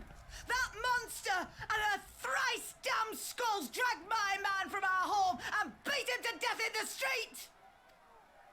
Aye, and my dad! That bitch has spilt enough blood to fill a lock! We all know her crimes. She's a traitor and a murderer. How many of your resistance friends have died at her hands, eh? And here you are, protecting her! So that's what all the fuss is about.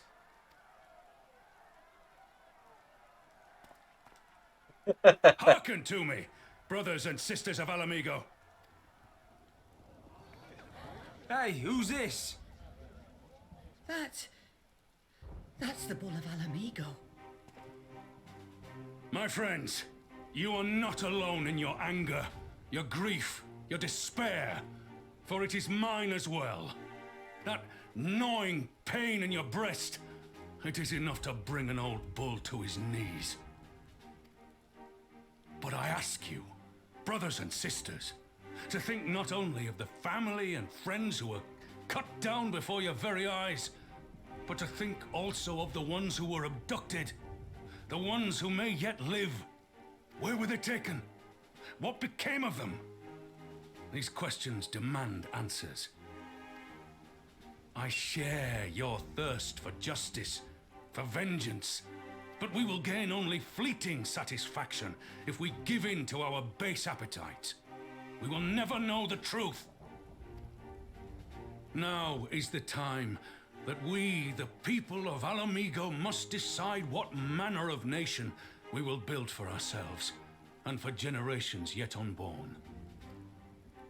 When they look to our example, Will they see a people who held fast to their principles, or one who cast them aside when tried? I say to you, it is our responsibility to give these prisoners a fair trial, that they might answer to all of Alamigo. The Garleans called us savages, and I'll be damned if we prove them right.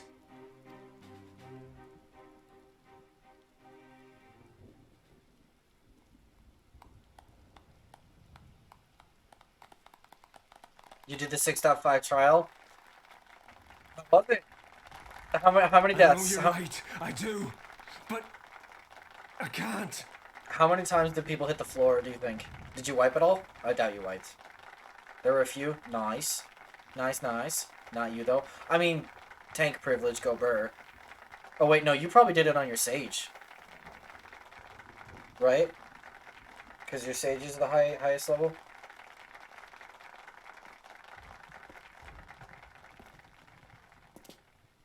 Oh, you have Dark Iron now. Nice, nice. Tank privilege, go burr.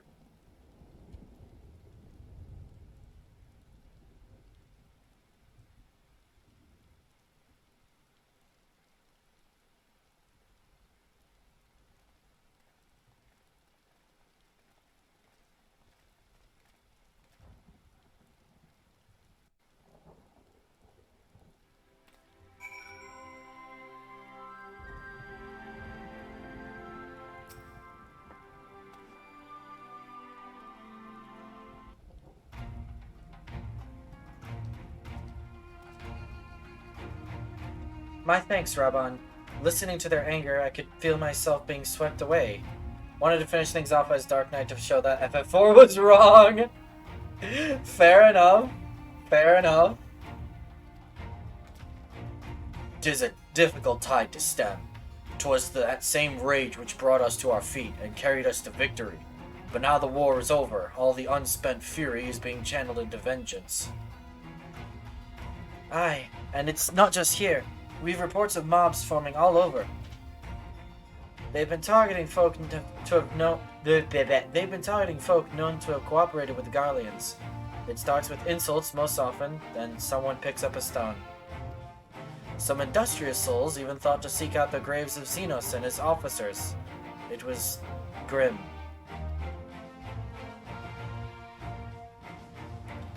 I want to build a country where everyone, regardless of race or origin, can live side by side in peace. But maybe the time isn't right. Maybe people just aren't ready.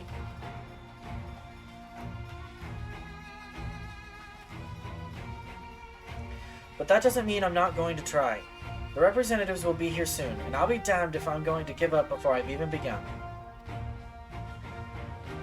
Who are these representatives exactly?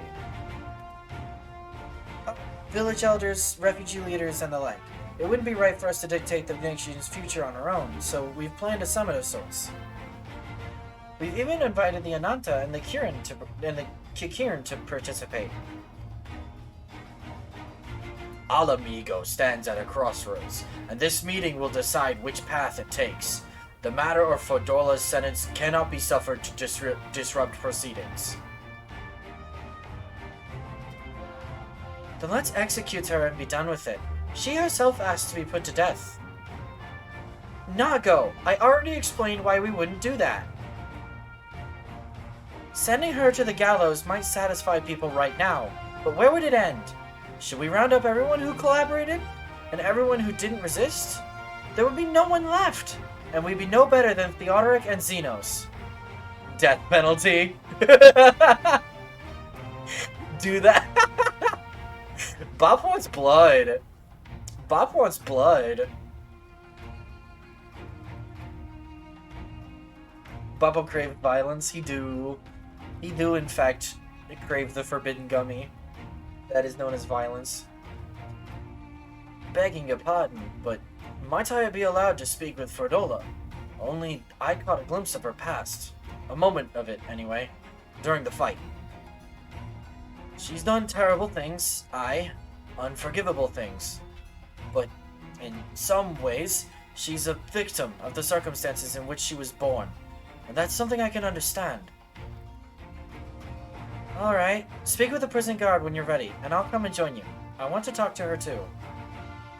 I'll return to my other duties then. We've barely begun to investigate the facility where they gave Fordola her powers. Be fairly warned, friends. She will test you. Don't let your emotions color your judgment when she does.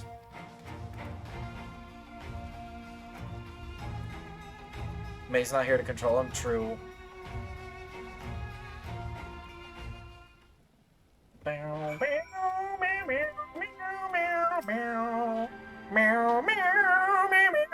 You have the commander's permission to enter then? Yes, I do.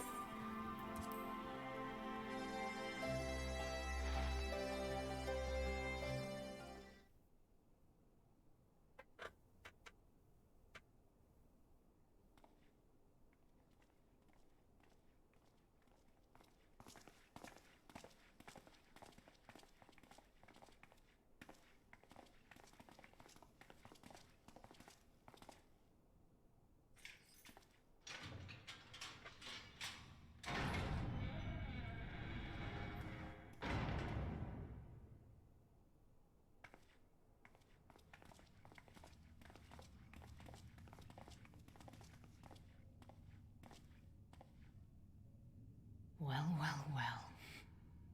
So many visitors. Come to have a good laugh, have you? Or do you mean to put me out of my misery? To finish what you started?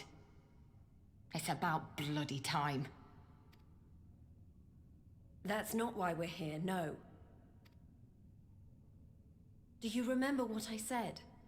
How I promised you you'd live long enough to see us win our freedom? Well, I meant it. And not to mock you either. You're wasting your time. All of this is pointless! There's no reason to keep me alive, and you know it! I killed your men. I killed my men. And you know what my only regret is? That I didn't kill you when I had the chance! That's a lie, and you know it. You think we can't tell what you're trying to do? That we're blind? Yeah, you're a fool, but you're not stupid. You're ruthless, relentless. You'd give up anything and everything to get what you want. You didn't come this far, climbing over the bodies of your own brothers and sisters just to piss it all away. I see you, Fordola. I see you for what you are. Oh, headache time.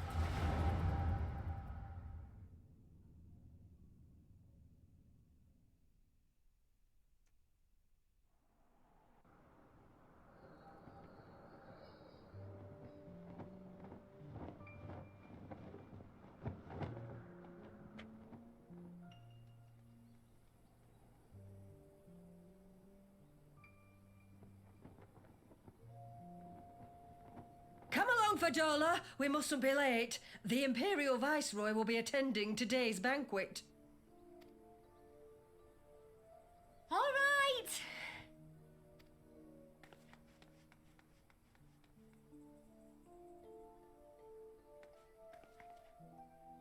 Father, what's Lord Gaius like?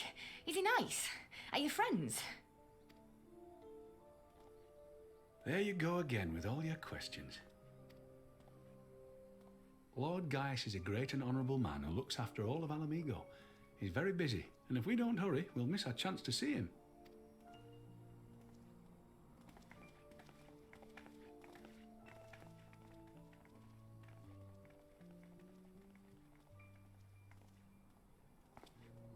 Filthy tin-head lovers.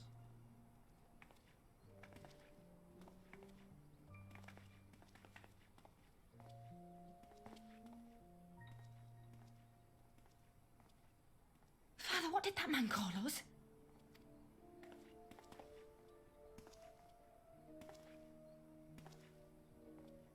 The little tin-head lover doesn't know what she is, eh? A traitor, sweetheart. A backstabbing bitch who'd gladly betray her kith and kin to gnaw on what few scraps the Imperials deign to toss her. Like your bastard father and whore mother.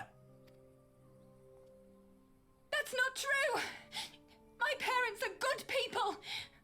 never done anything like that! Oh, but they were quick to help themselves and their bitch spawn, weren't they? You're just as guilty as them.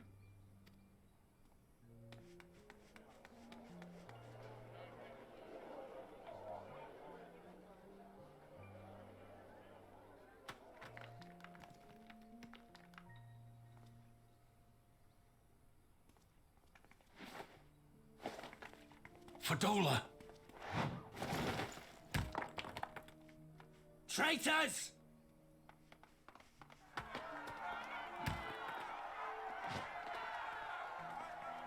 CBU3 and throwing rocks at kids. Please, It's more likely than you do think. something! My husband and daughter are in danger! Soldiers of the Imperial Army are under no obligation to intervene in the disputes of Arn. We're citizens! We have rights! Ah!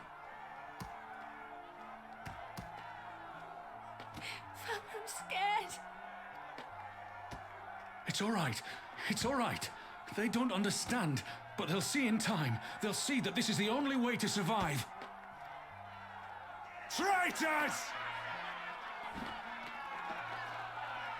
Traitors!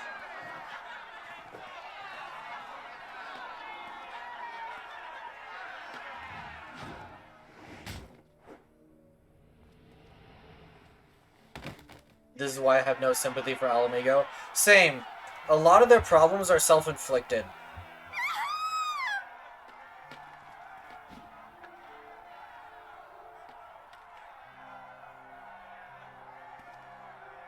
Let the savages have their fun. They'll be more compliant once they've tired themselves out.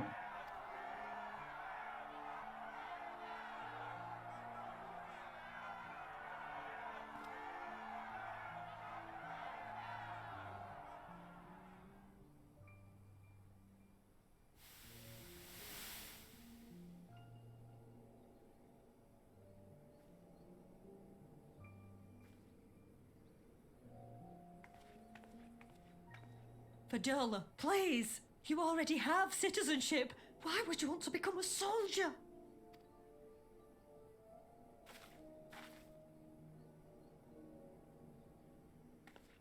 Oh, gods! What have you done to your face? Forgotten it already, have you? I'm honouring Father's memory. By telling the world that you know better than a common savage.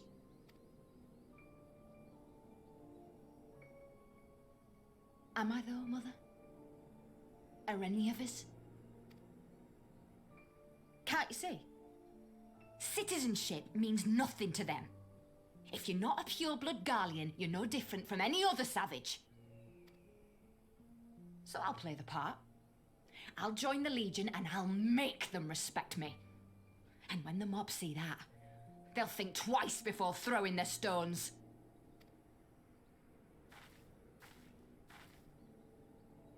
Ansfrid, Rudolph, Emlyn. It's time. It'll be hard. Humiliating. They'll try to break us. Send us crawling back to our own kind. But we won't, no matter what. We'll bleed for them, die for them if we have to. We'll do whatever it takes to be free!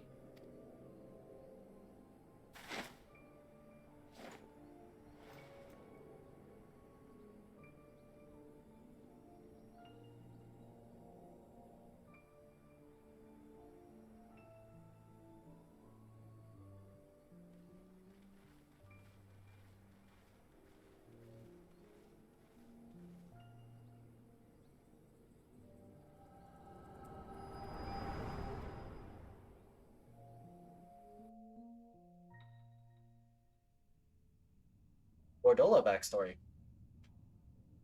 Man, that was a trip of a headache.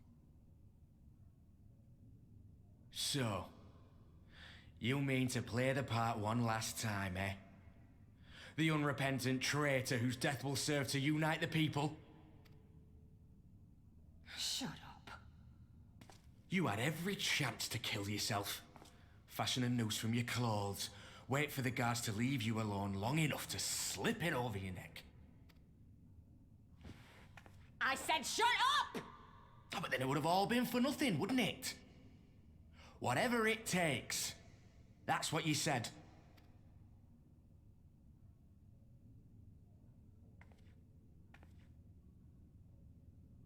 Been in my head, have you? Had a little peek at my past? I forgot how much of a butt he wears. I mean, he's just calling her out. She doesn't really respond to being babied. She responds to being like, I changed my mind about his fate. No, I still don't think. I won't say anything, but no one really comes out of this chapter looking good, do they? No, not really. Not really. And what?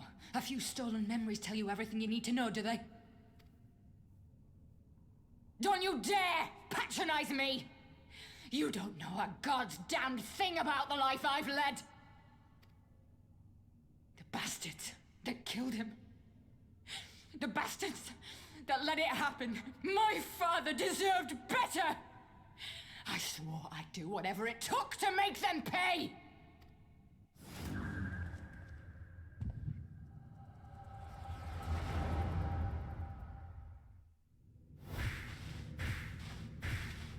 Hey, look!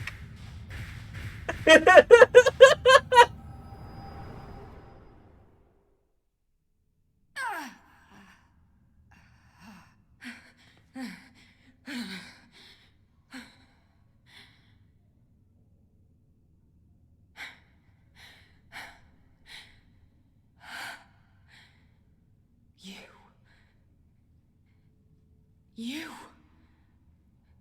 All that power. All that pain. It's too much. Too much for anyone. The things they've done to you. The lies. The betrayal. The endless fighting. Yet there you stand. Unbroken. How?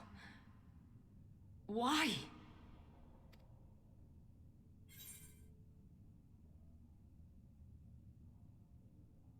I have to. I have to do the Scion answer, don't I? I have to. Main character syndrome. Listen. Listen.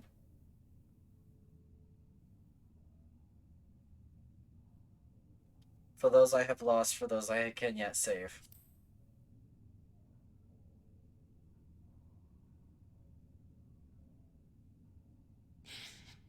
Damn you.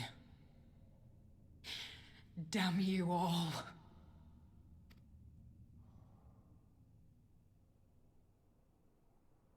You still have time, Fordola.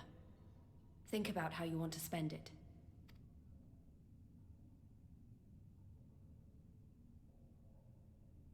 Let's go. Arnvold isn't necessarily a butt to her. He's just being...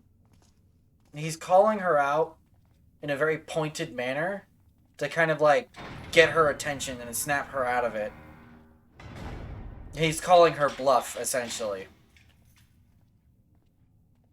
I won't say much more about what happens to Arnvold in the future, but where his adventures go from here. But yeah, no, I don't.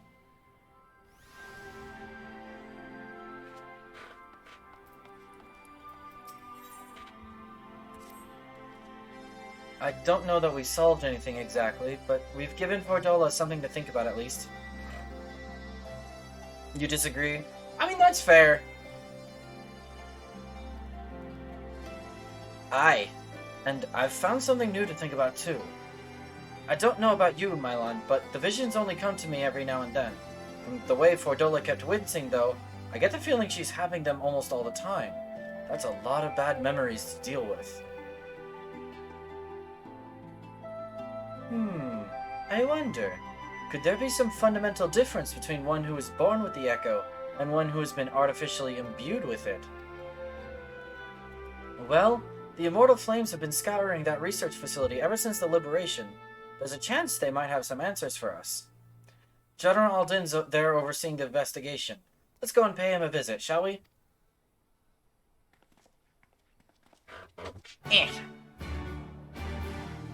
Speak with the Resonatorian guard. Oh, it's over there. Nyum.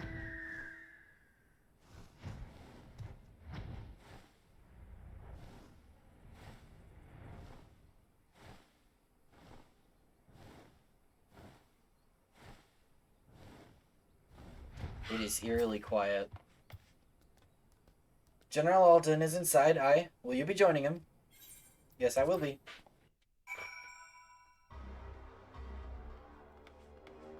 Ah! Hell! Scared me.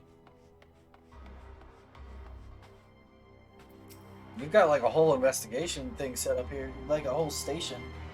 What news? You spoke with Fordola, I take it. Yes. As expected, she didn't say very much, but it wasn't a total waste of time. Ironvald noticed something odd about her. He thinks she might be having visions almost constantly, which is not how the Echo normally works. Have you found anything here which might explain why it's so different for her? We've been hard-pressed just to organize the research materials, let alone study them. To be frank, I'd welcome the Scion's expert assistance if you have time to lend a hand.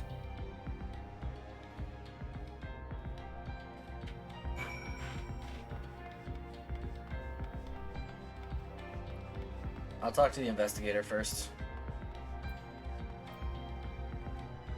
So many bodies. Every one of them a victim of these experiments. Few show any signs of external injury. From what we've been able to determine, they perished from forcible ether extraction. Such a miserable way to die.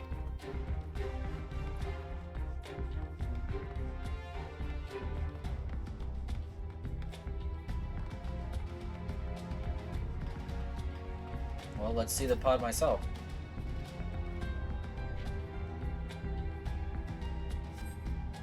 The device in which Cryo was held seems even more ominous now that you know its purpose. The surrounding pods are marked Supply Subject, while this one bears the label Master Subject. The Ironworks received a request from the Alliance to analyze these devices, and I've been recording everything of interest. Did you notice the labeling? All the pods are designed to drain the ether of the occupant, save that one right there. Unlike the others, the interior's been fitted with an array of sensors to measure etheric waveforms. To what purpose, however, I couldn't tell you.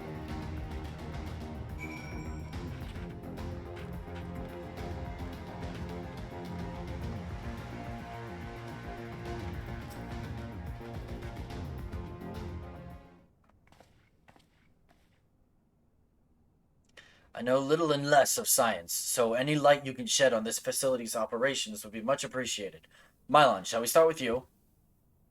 Sure thing.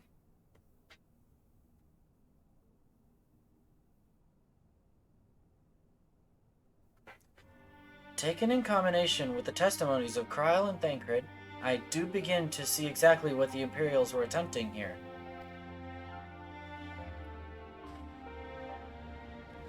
The enhancement procedure entailed infusing a single candidate with ether siphoned from a multitude of supply subjects.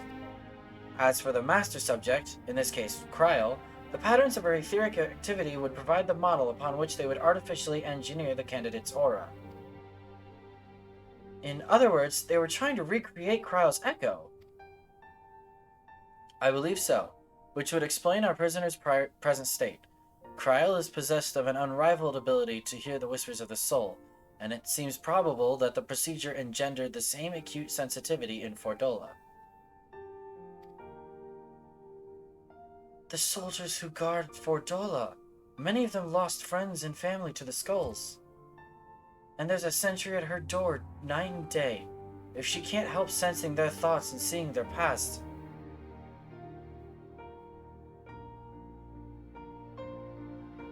but you don't just see their past, you live it.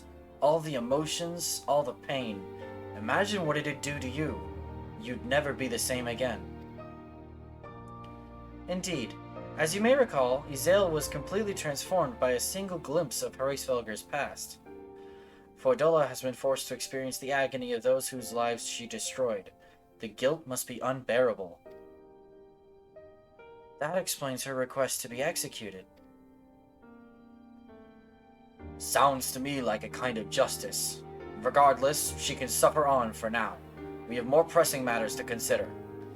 If the results of these experiments have been relayed back to Garlemald, there will be naught to stop the Empire from repeating the trick. They could give the Echo to anyone, to an entire legion. We must be ready. We must learn all we can of these gods-forsaken procedures, and Fordola remains our best source of information. She'll not be getting her wish. Not yet. Right. Keep faith, lass. If you want to convince others to follow you, you must believe what you're telling them. People will respond to passion, but not if it's feigned. I understand. Thank you, General. We should leave the flames to it. Let's go.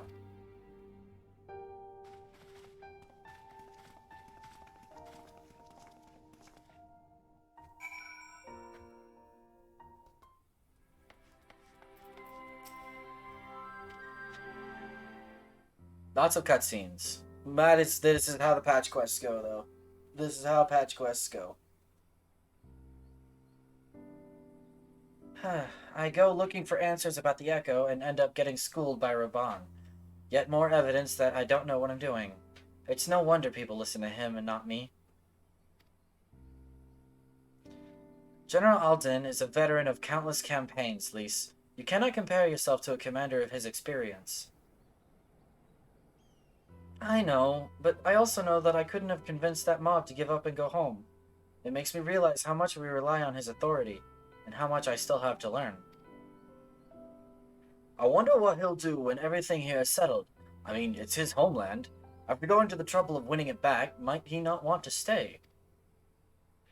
'Tis a quandary which countless refugees now face, to continue the life they built in Ul'dah, or start again in the land of their birth.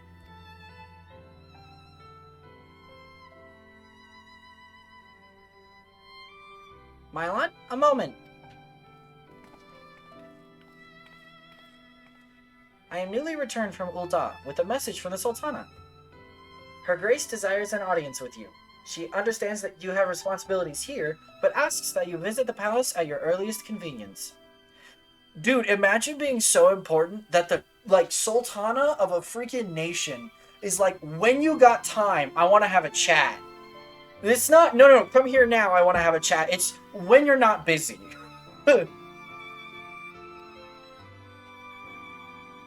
Well, I must away and attend to other business. Until next time, my friends.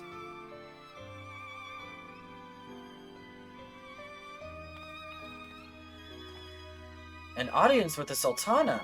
Depending on the nature of her consultation, this might be the perfect opportunity to inquire about the General's future plans.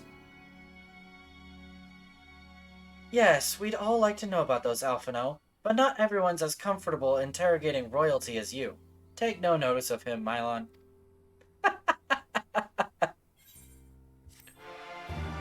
Meow, meow, meow.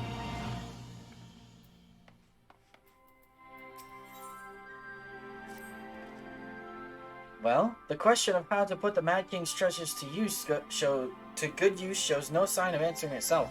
Shall we be about it, Arenvald? I am at your beck and call.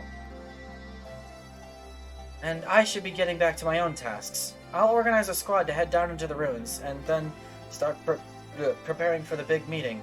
Oh, send Nanamo my regards, Mylon. And ours too, if you please. We shall see you on your return. Peace out. Alright. Ul'dah! That's, the Chamber of Rule. Okay.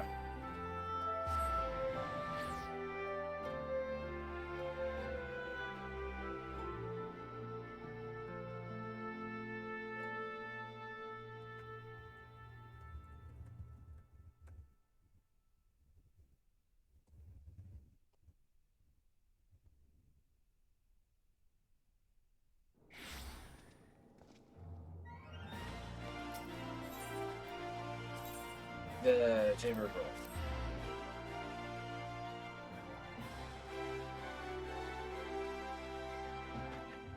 Okay.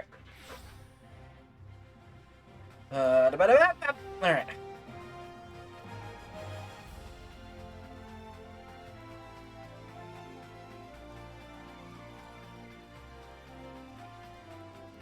And we're back here again. You see what I mean by there's a lot of different times you come to this point? Like this place right here, this spot? My lord, it was an honor to face you in the tournament. Since that day... Oh! Hey! Paladin reference! My boy! Paladin reference! Let's go!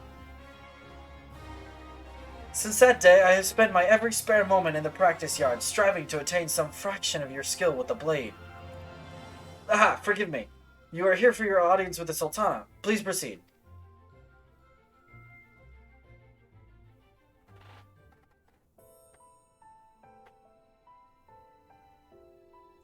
The last time we were sitting at this table, Sultana... I thank you for answering my summons in these most interesting times.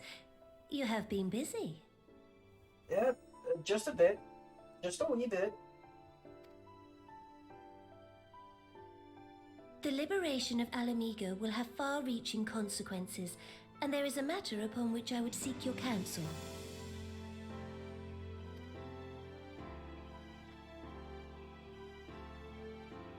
I speak of Rauban and his future.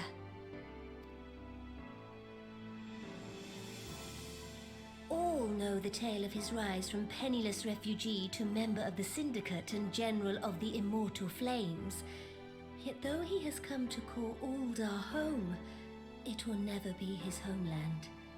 He is a son of Alamigo. And now that she is free, I thought it only a matter of time before he sought my leave to return to her. Indeed, I had resigned myself to his loss. Suffice it to say, I was greatly surprised to hear him speak so lightly of handing over the reins in Alamigo and retaking his place at my side. I will welcome him with open arms, of course. He is my most trusted advisor and my dearest friend. But I have known the man a long time, and beneath that steely gaze, I spied a flicker of doubt.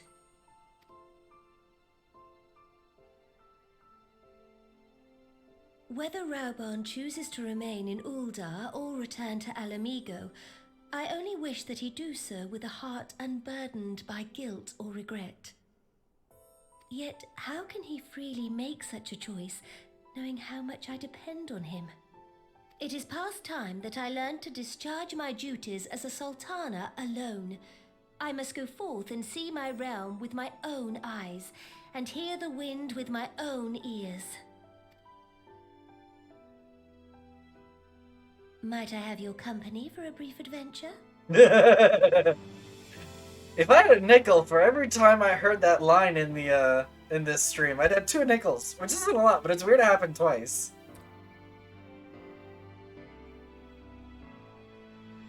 Wonderful. Allow me a moment to change into something a touch less conspicuous, and I will join you outside.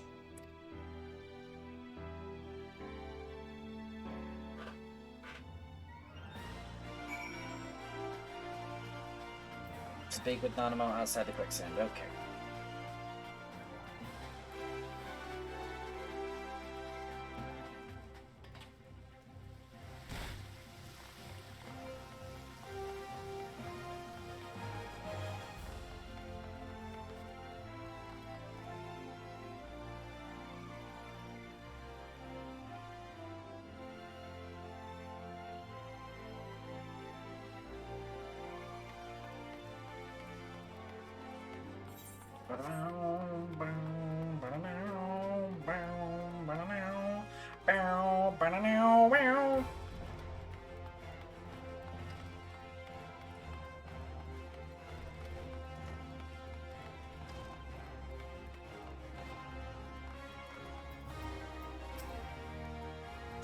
Perchance you remember Lilira, the merchant's daughter?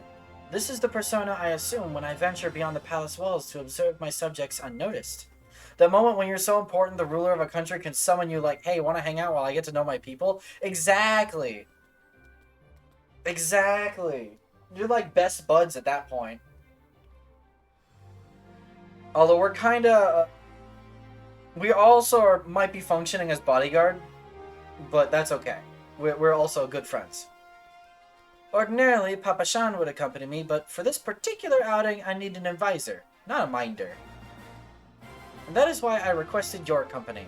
Over the course of your many adventures, you've met people from all walks of life, in every corner of Eorzea, and I would make use of your worldly experience.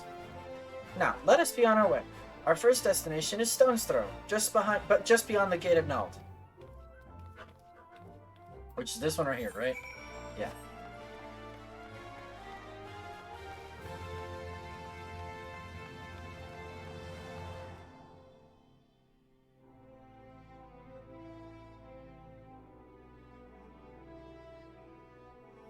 If I were to compare this to a D&D campaign, this is about the time where the party has hit about level 12. They're beginning to dip their toes into tier 3. And, I guess you could say it's a stone's throw away. Look upon this procession of tattered tents. These refugees camp in squalor, at the mercy of the elements and Thanalan's predators both. The city's mighty walls offer safety, but the streets overflow with people as it is.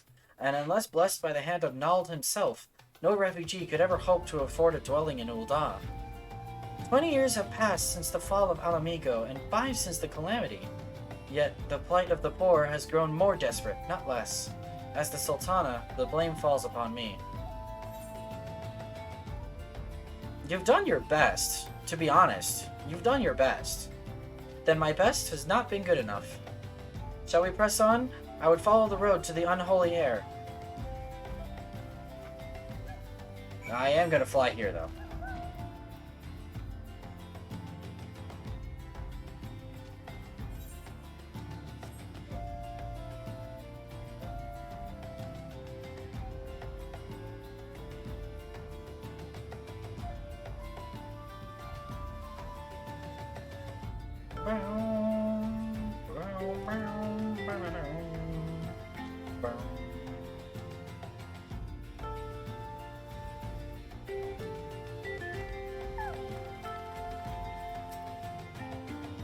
It was here, in this wholly unremarkable place, that my mother and father met their doom. I was but a child at the time. My parents were returning from an inspection of our interests in eastern Thanalan when an untimely rockslide crushed their carriage. To this day, it is not certain if the incident was simple misfortune or an expertly planned assassination. Raban once offered to reopen the investigation and bring me the truth he assumed I must surely crave, but I refused. Even if my parents' deaths were orchestrated by the monetarists, we could only have brought their hirelings to justice. The true villains, those who plotted to put me on the throne as a biddable puppet, were ever beyond our reach. Thus did I plan to strip the merchants of their power and place our nation in the hands of its citizens, quite unaware of the consequences my actions would have for you and yours. I shudder to think how many goodly souls paid the price of my naivety. But I am no longer a child reciting words with witless obedience, and I will not be used as a pawn in the monetarist staminable games. Forgive me my outburst. You are one of the few people to whom I feel I can speak my mind. Come, let us return to Ul'dah and visit the Colosseum. Alright, I will teleport right on back to Ul'dah. I am lazy. Don't judge me.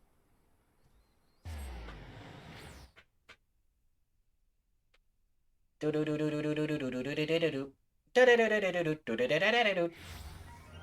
wonder how long the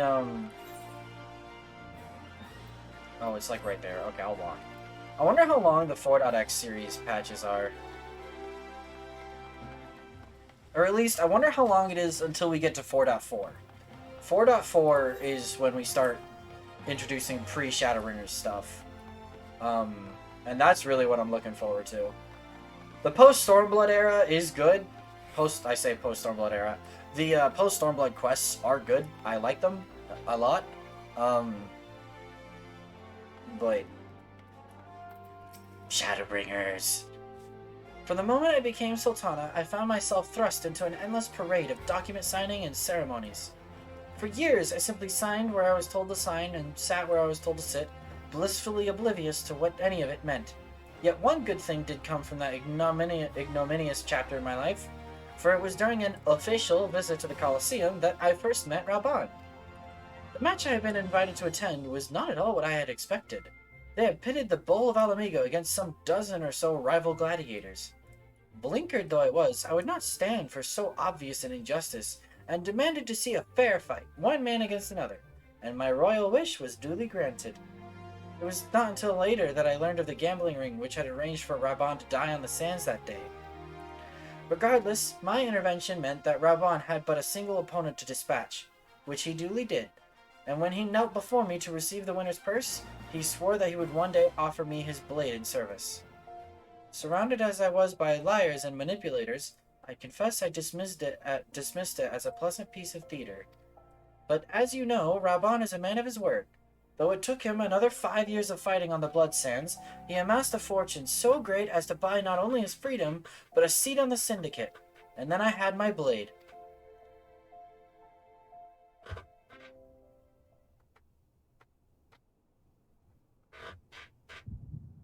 Oh, echo time. Sorry, princess, I'm having a headache. We'll be right back. Please leave a message after the tone.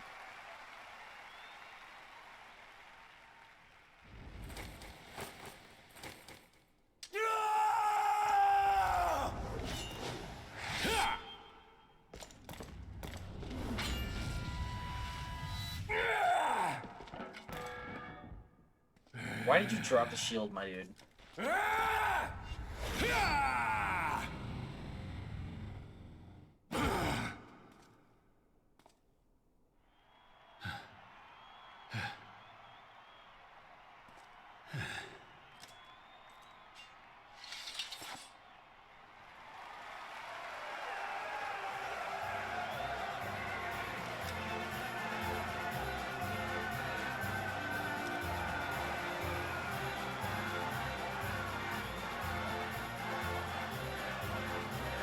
They're cheering his name if you can't hear it.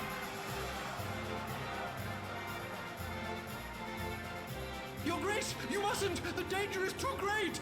Please, Your Grace, come back! I beg of you! It seems you're the one who needs looking after, Master Sham. Raban! Your Grace, I have kept the promise made. So you have, and in turn, so too shall I keep mine. With your winnings, you have become one of the 6 most wealthy souls in all Uldar, and so, as tradition dictates, Rauben Aldin, you have earned yourself a seat on the Syndicate. May your new station garner you still greater glories. I am honored, Your Grace, and vow to serve with every fiber of my being from this day till my last.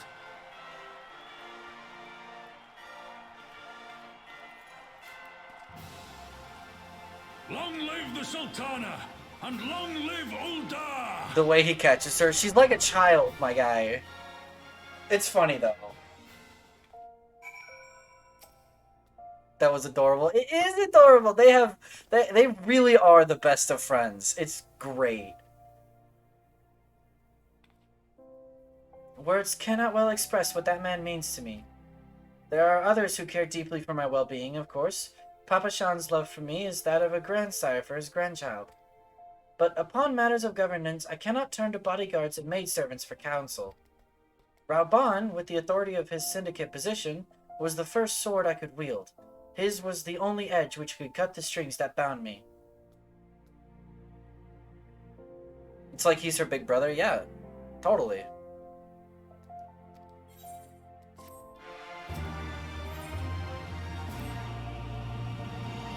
We must make haste. My absence will not go unnoticed by the Sultan Sworn for long, and there are other places I would visit. To the Arzeneth Ossuary. I had to think about that one for a second. I'm not gonna lie to you. Which is where?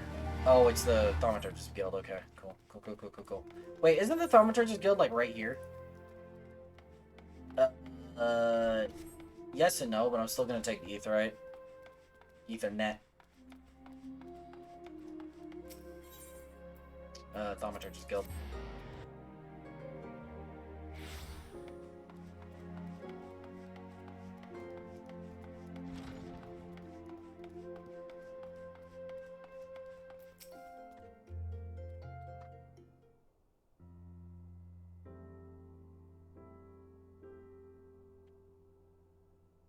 When the calamity threatened, Raubon led the alliance.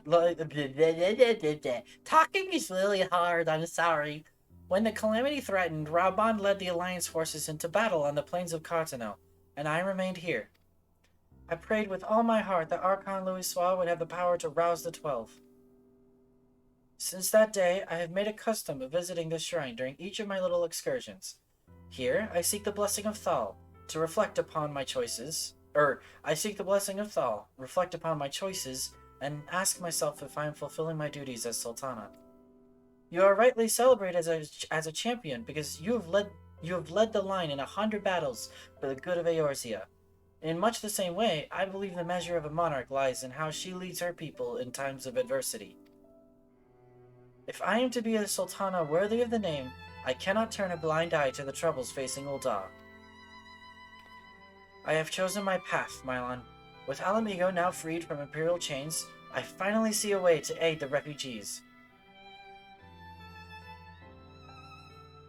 Please don't fake your own death again. Already, many displaced Alamigans seek to begin the long trek home. To facilitate that process, I have made a small contribution, an artisan school in Valgir's Reach for any who wish to learn new trades. Realistically, however, it will take years for such training to yield tangible benefits. But we do not have years. These people will need shelter and employment if they are to survive, and this time the Ul'dah Treasury shall provide. Precisely where and how to allocate the necessary funds is, of course, another question.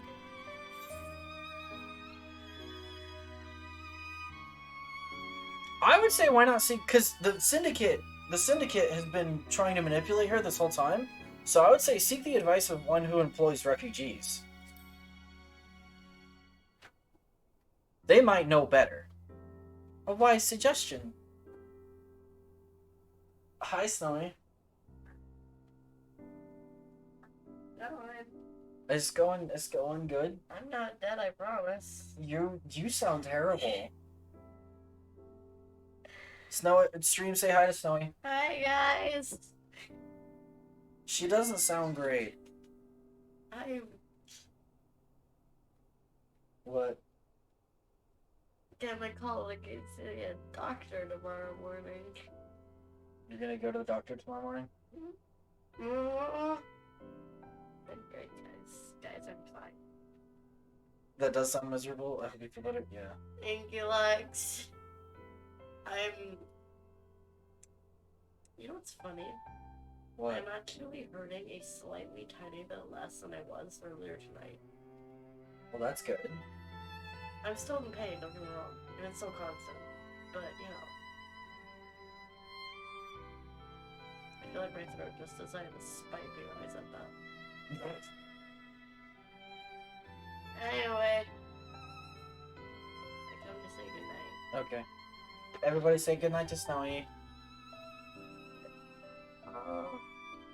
I don't even know if the stream can hear you, but that's okay. Good night, ow! But you didn't need to do that.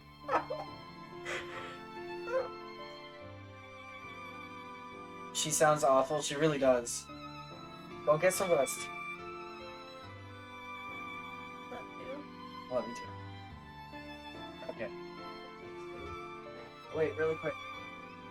If you're going to the doctor's office, who's taking you? Okay, cool. Alright. We'll talk to you, but I don't know. Alright. But you also have to sing it tomorrow morning, so Get some rest. How about that first? I'm even taking my physics test, and apparently we have a lab tomorrow. I don't know. Well, go get some rest. You need it. Okay. Alright, hopefully she'll feel better in the morning.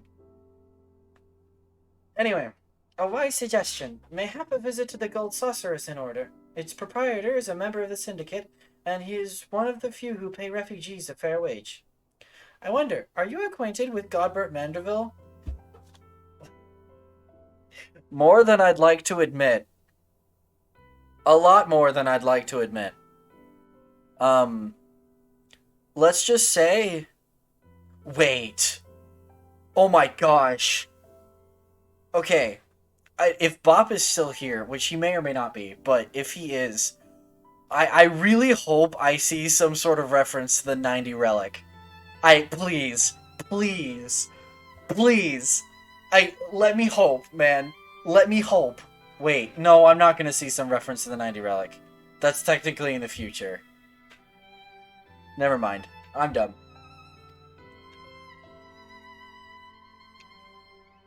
Maybe I can have some reference to the Manderville questline, though, because I did that. Then I need not explain his eccentric nature. Let us make our way to the landing, and I will see that word is sent to the Gold Saucer. Godbert should be only too glad to receive us. I think I have to teleport for it, but I mean, I can... Oh, you want me to actually go to the airship landing? Okay, I can go to the airship landing.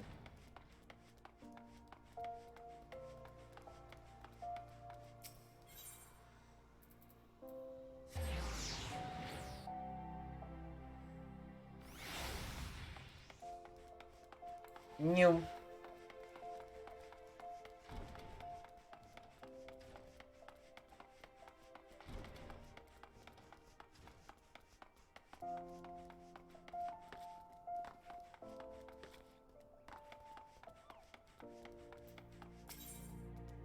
Airship landing.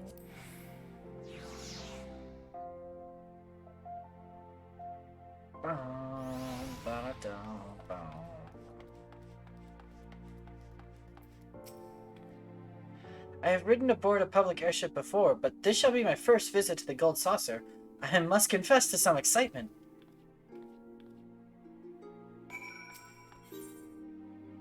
Seek passage to the Gold Saucer. Yes. Oh no. The PTSD is about to kick in. Oh no.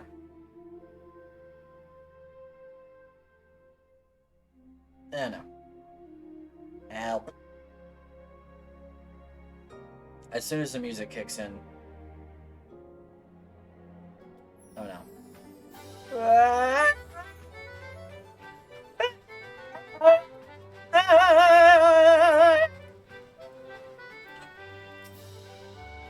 I had heard descriptions of its splendor, yet I never dreamed it would be so bright and inviting. No, I couldn't possibly. We did not come here to fritter away the royal coin. Godbert will be expecting us. Come, let us head directly to the lounge and ignore these gaudy temptations. I had no clue what this Gold Saucer was, but it's a casino. It's 100% a casino. It is a gambling den of thieves and thievery. Thieves of my hard-earned MGP. MGP.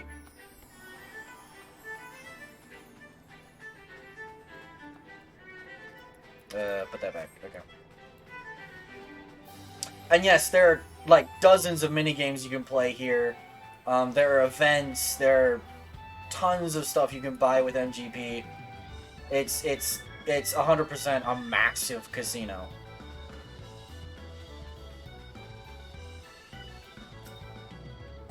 I believe this is where we are to meet Lord Mandeville. Shall we sit while we await his coming? I don't think this is voiced, because I don't think Godbert has a voice actor. No, this doesn't seem voiced. My apologies, Your Grace. I have kept you waiting. No apologies are necessary, Godbert. My request was sudden, and you were kind to make yourself available at such short notice. When the intrepid Milo Moro and the Sultana herself come calling, There is no more important engagement.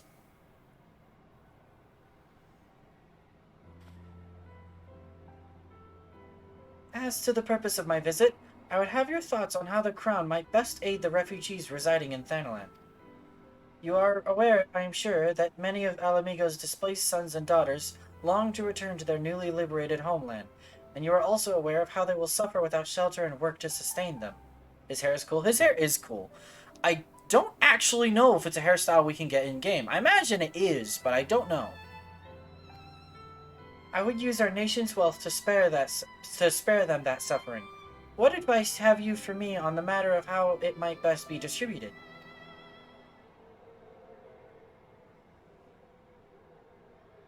The unusual circumstances of our meeting, and your Grace's choice of companion, would suggest to me a desire for an honest and unvarnished opinion. I shall give you one. My advice to you is, stop. Taxing Uldah's wealth to save Alamigan refugees is a terrible, terrible idea. You oppose my proposition? Most emphatically. I agree with your Grace that the refugees must have housing and employment, but what profit is there for Uldah in this arrangement? Profit? After all you have done for Kiribani's displaced, I thought you the very last person to seek to benefit from their misfortune. Forgive me, your Grace, but you appear to be laboring under a misapprehension. It is a fine endeavor to support one's fellow man. I fear, however, that your stance is one born of pity. Your intent is to save the refugees, is it not?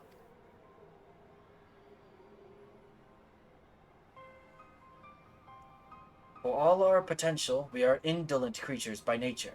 If unconditional charity is all we know, then we begin to rely upon it, to expect it. And then we must consider Uldah's own poor and downtrodden.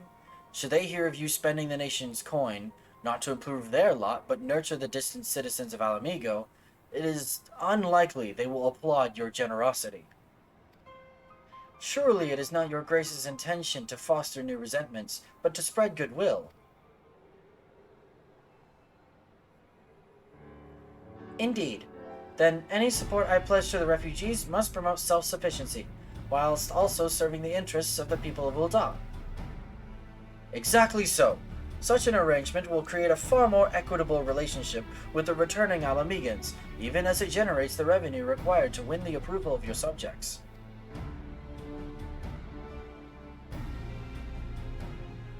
You have given me much to ponder, Lord Manderville. I thank you for your candor.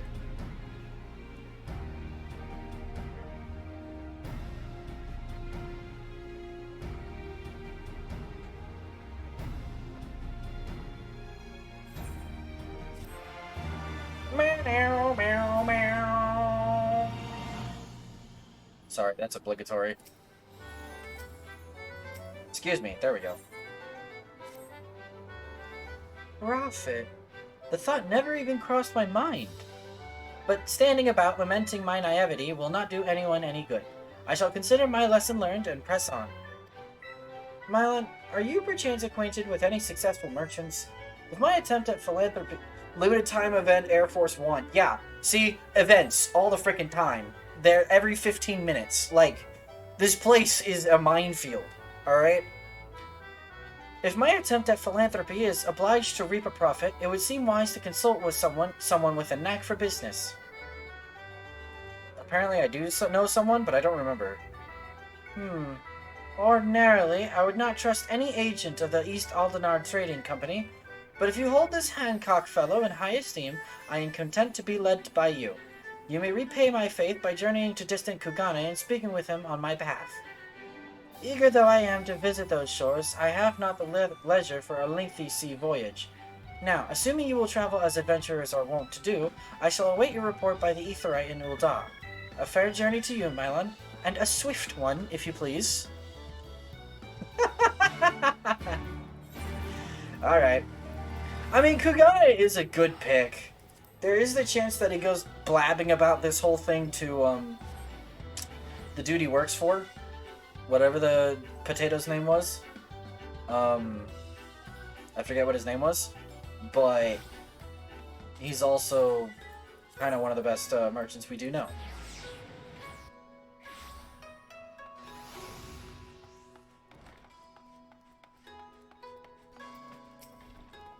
Greetings, Auditor. Will you be entering the review offices? Yes. Yes, I will. Hi, Hancock. Mylon, to what do I owe the pleasure? Or are you here on business? I beg your pardon. Her Grace the Sultana would have my opinion on how to best to invest the wealth of Ul'dah. My dear Mylon, I have you to thank for this recognition, I am sure, and I am flattered that you came to me. Truly flattered. But why settle for a lowly apprentice when you could have the master? Upon matters of profit, there is no living soul better qualified to advise Her Grace than Chairman Lilorito, a man whose morning exertions are said to fill his garter-robe with gold. I should be happy to arrange a meeting for you, say, at the Scion's former headquarters in Thanalan. The Waking Sands would seem a suitably neutral venue for negotiations, don't you think? Fare you well, Mylon, and may your dealings prove fruitful.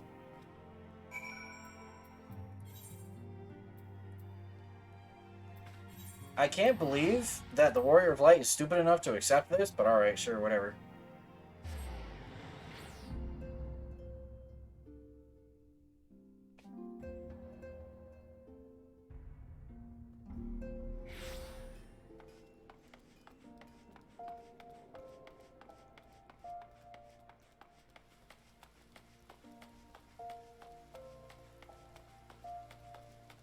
Where is she? There she is.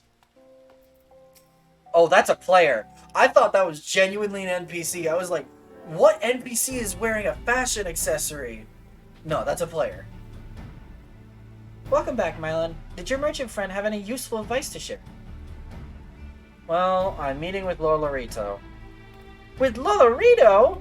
And you agree to this? I am well aware of his standing in the field of business, but I had hoped to keep the Monitoress at arm's length, and him in particular. Nay, I cannot live in fear of the man. I must learn how to treat with him if I am to rule Ul'dah effectively. Very well, I will meet with Lolorito. Let us go on ahead to the Waking Sands and prepare for his coming.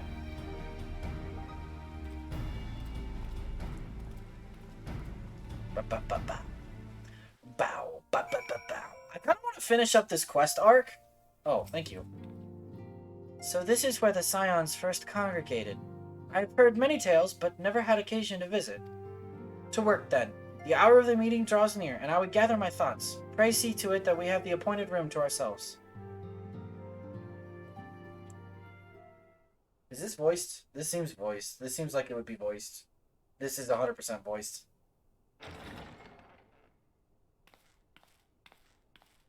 A personal summons from the Scions. This must be important business indeed. Though, if it concerns anything so underhand as an assassination, I fear I can be of little help.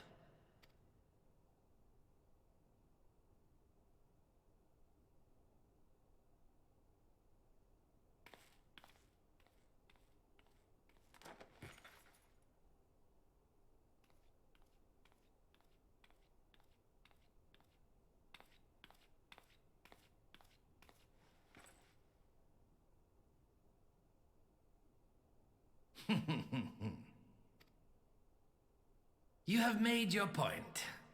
'Tis indeed unsettling to find oneself seated across from an impassive mask.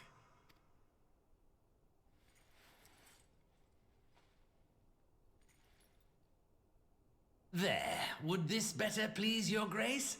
Or should I address you as Lady Lilira?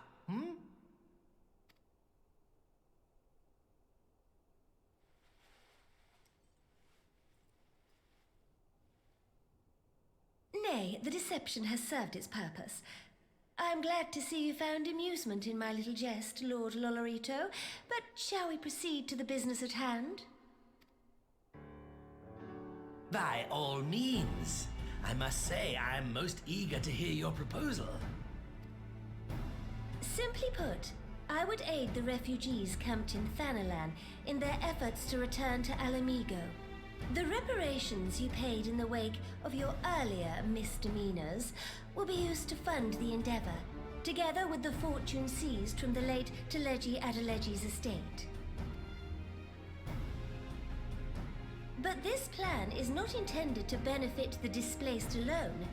I would make of this an investment which shall enrich Uldar and Alamigo both. And who better to consult on matters of profit than the wealthiest man in all of Thanalan? I beseech you then, Lord Lolorito, share with us your mercantile wisdom. Ah, 'twould seem your grace has matured beyond acts of earnest yet misplaced charity. Pray tell me more. This is a really good plan. It satisfies every party. To summarize, or at least her idea in so return far. for facilitating the repatriation of refugees and assisting in the establishment of new industry in Alamigo, you ask that a proportion of all subsequent profits be promised to Uldar. Huh, I am impressed, Your Grace. 'Tis an elegant solution, albeit one lacking certain crucial details, specifically which industry and where. How swiftly you identified the weakness in my plan, just as I knew you would. Your travels have taken you across the length and breadth of Gir Abania, and you know the land far better than I. Which of the settlements you visited would best provide a home for our refugees? Which has the greatest potential to flourish, given the appropriate investment?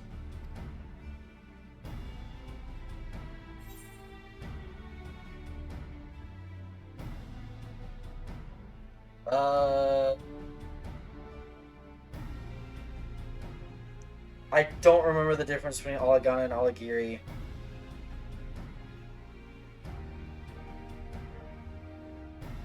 Not the Saltery. The Saltery was the tiny little village place. But was Alagiri the town or whatever?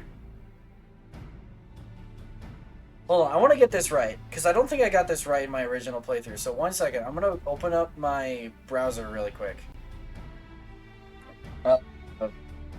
Stormblood map of the Peats.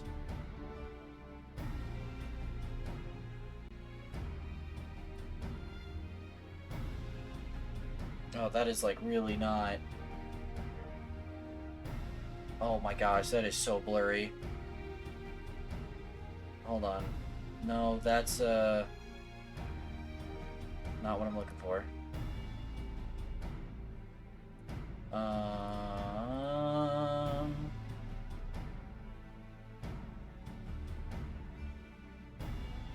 I think Alagiri was the town.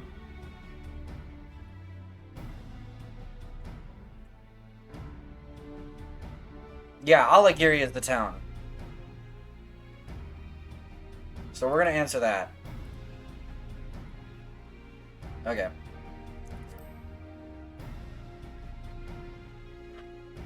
Yes, if a stable trade route can be established between Uldar and Alamigo, then Alagiri would once more become an important waypoint.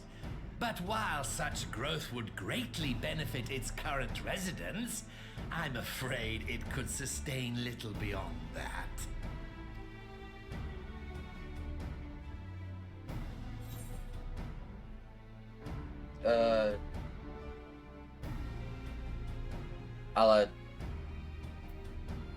Maybe the...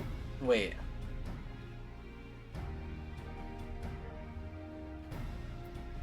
Alagana then? Yes, a quarry town certainly does carry the potential for profit. At least it would do were it situated anywhere near a lucrative market.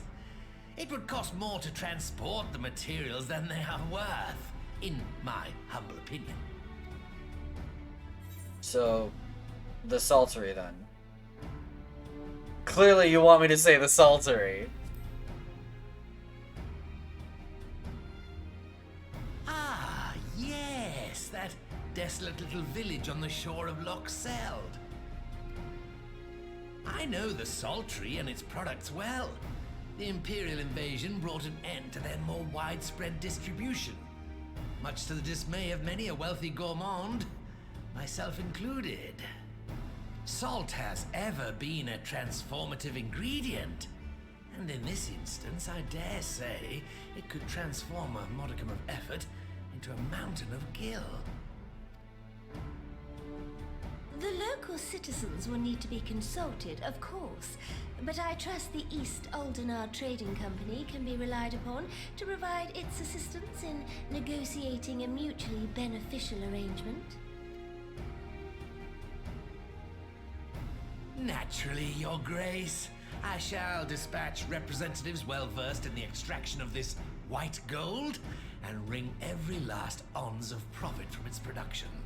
The Loch's bounty will contribute to Alamigo's enrichment, whilst easing the burden on the bull's aching shoulders, just as Your Grace desired.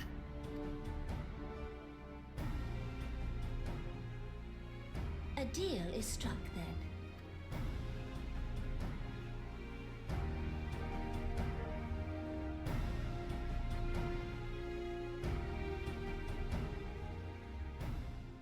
Bow. Why was my mic not picking me up for a second? That was weird. Huh. I fear it will be many years before I feel comfortable taking part in such negotiations. But I shall not complain. We have piqued Lolorito's interest and secured his invaluable expertise. Thank you, Mylon. I could not have done it without you.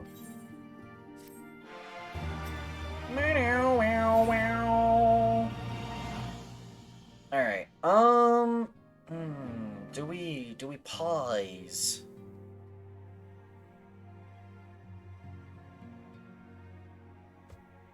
I think we go ahead and pause here. Because this is a really good stopping point. I think this is a really good stopping point, to be honest with you. And it's been about 3 hours, so, yeah. Yeah, I'm gonna go ahead and say thank you to everybody for coming along. So, I have a couple of quick announcements, for those of you that are still here. One second, I am flipping through Windows trying to find, somebody to raid really quick. Here we go. Anyway, I have a couple of announcements really quick. So Friday, tomorrow, is going to be D&D, so that should be a lot of fun. It will probably be one combat encounter. And that literally one combat encounter. That will be the whole session, probably. But we'll see. We'll see what happens. And then, actually, I only just now found out, just now got a call about this before stream, but on Saturday, I'm actually going to be streaming on Saturday. We're in danger. I'm actually going to be streaming on Saturday, and I am going to be streaming, I don't know yet, I still have yet to decide, but I am going to be streaming something with, my mother, actually. She's going to pop up on stream, and it's going to be lots of fun will be had by all, and I'm probably going to get roasted the bejeebers out of, but it's fine. It's fine. We're gonna play something together. She has a couple of games under her belt, and it'll be interesting. I don't yet know what we're gonna play, particularly, but it'll be something. It'll definitely be something. But yeah, that is the current plan. I don't know when that stream will be either. It'll probably be sometime Saturday afternoon. That is just the way it's gonna be. But yeah, look forward to that. I will see you guys tomorrow for D&D. Hopefully, please be there. We are going to raid Dark Voida. because he's streaming Fortnite, and he's cool. But anywho, thank you everybody for coming along. I hope you guys all have a great rest of your night, and I will see you guys all tomorrow for more D&D. Have a good night all. Peace out. Bye-bye.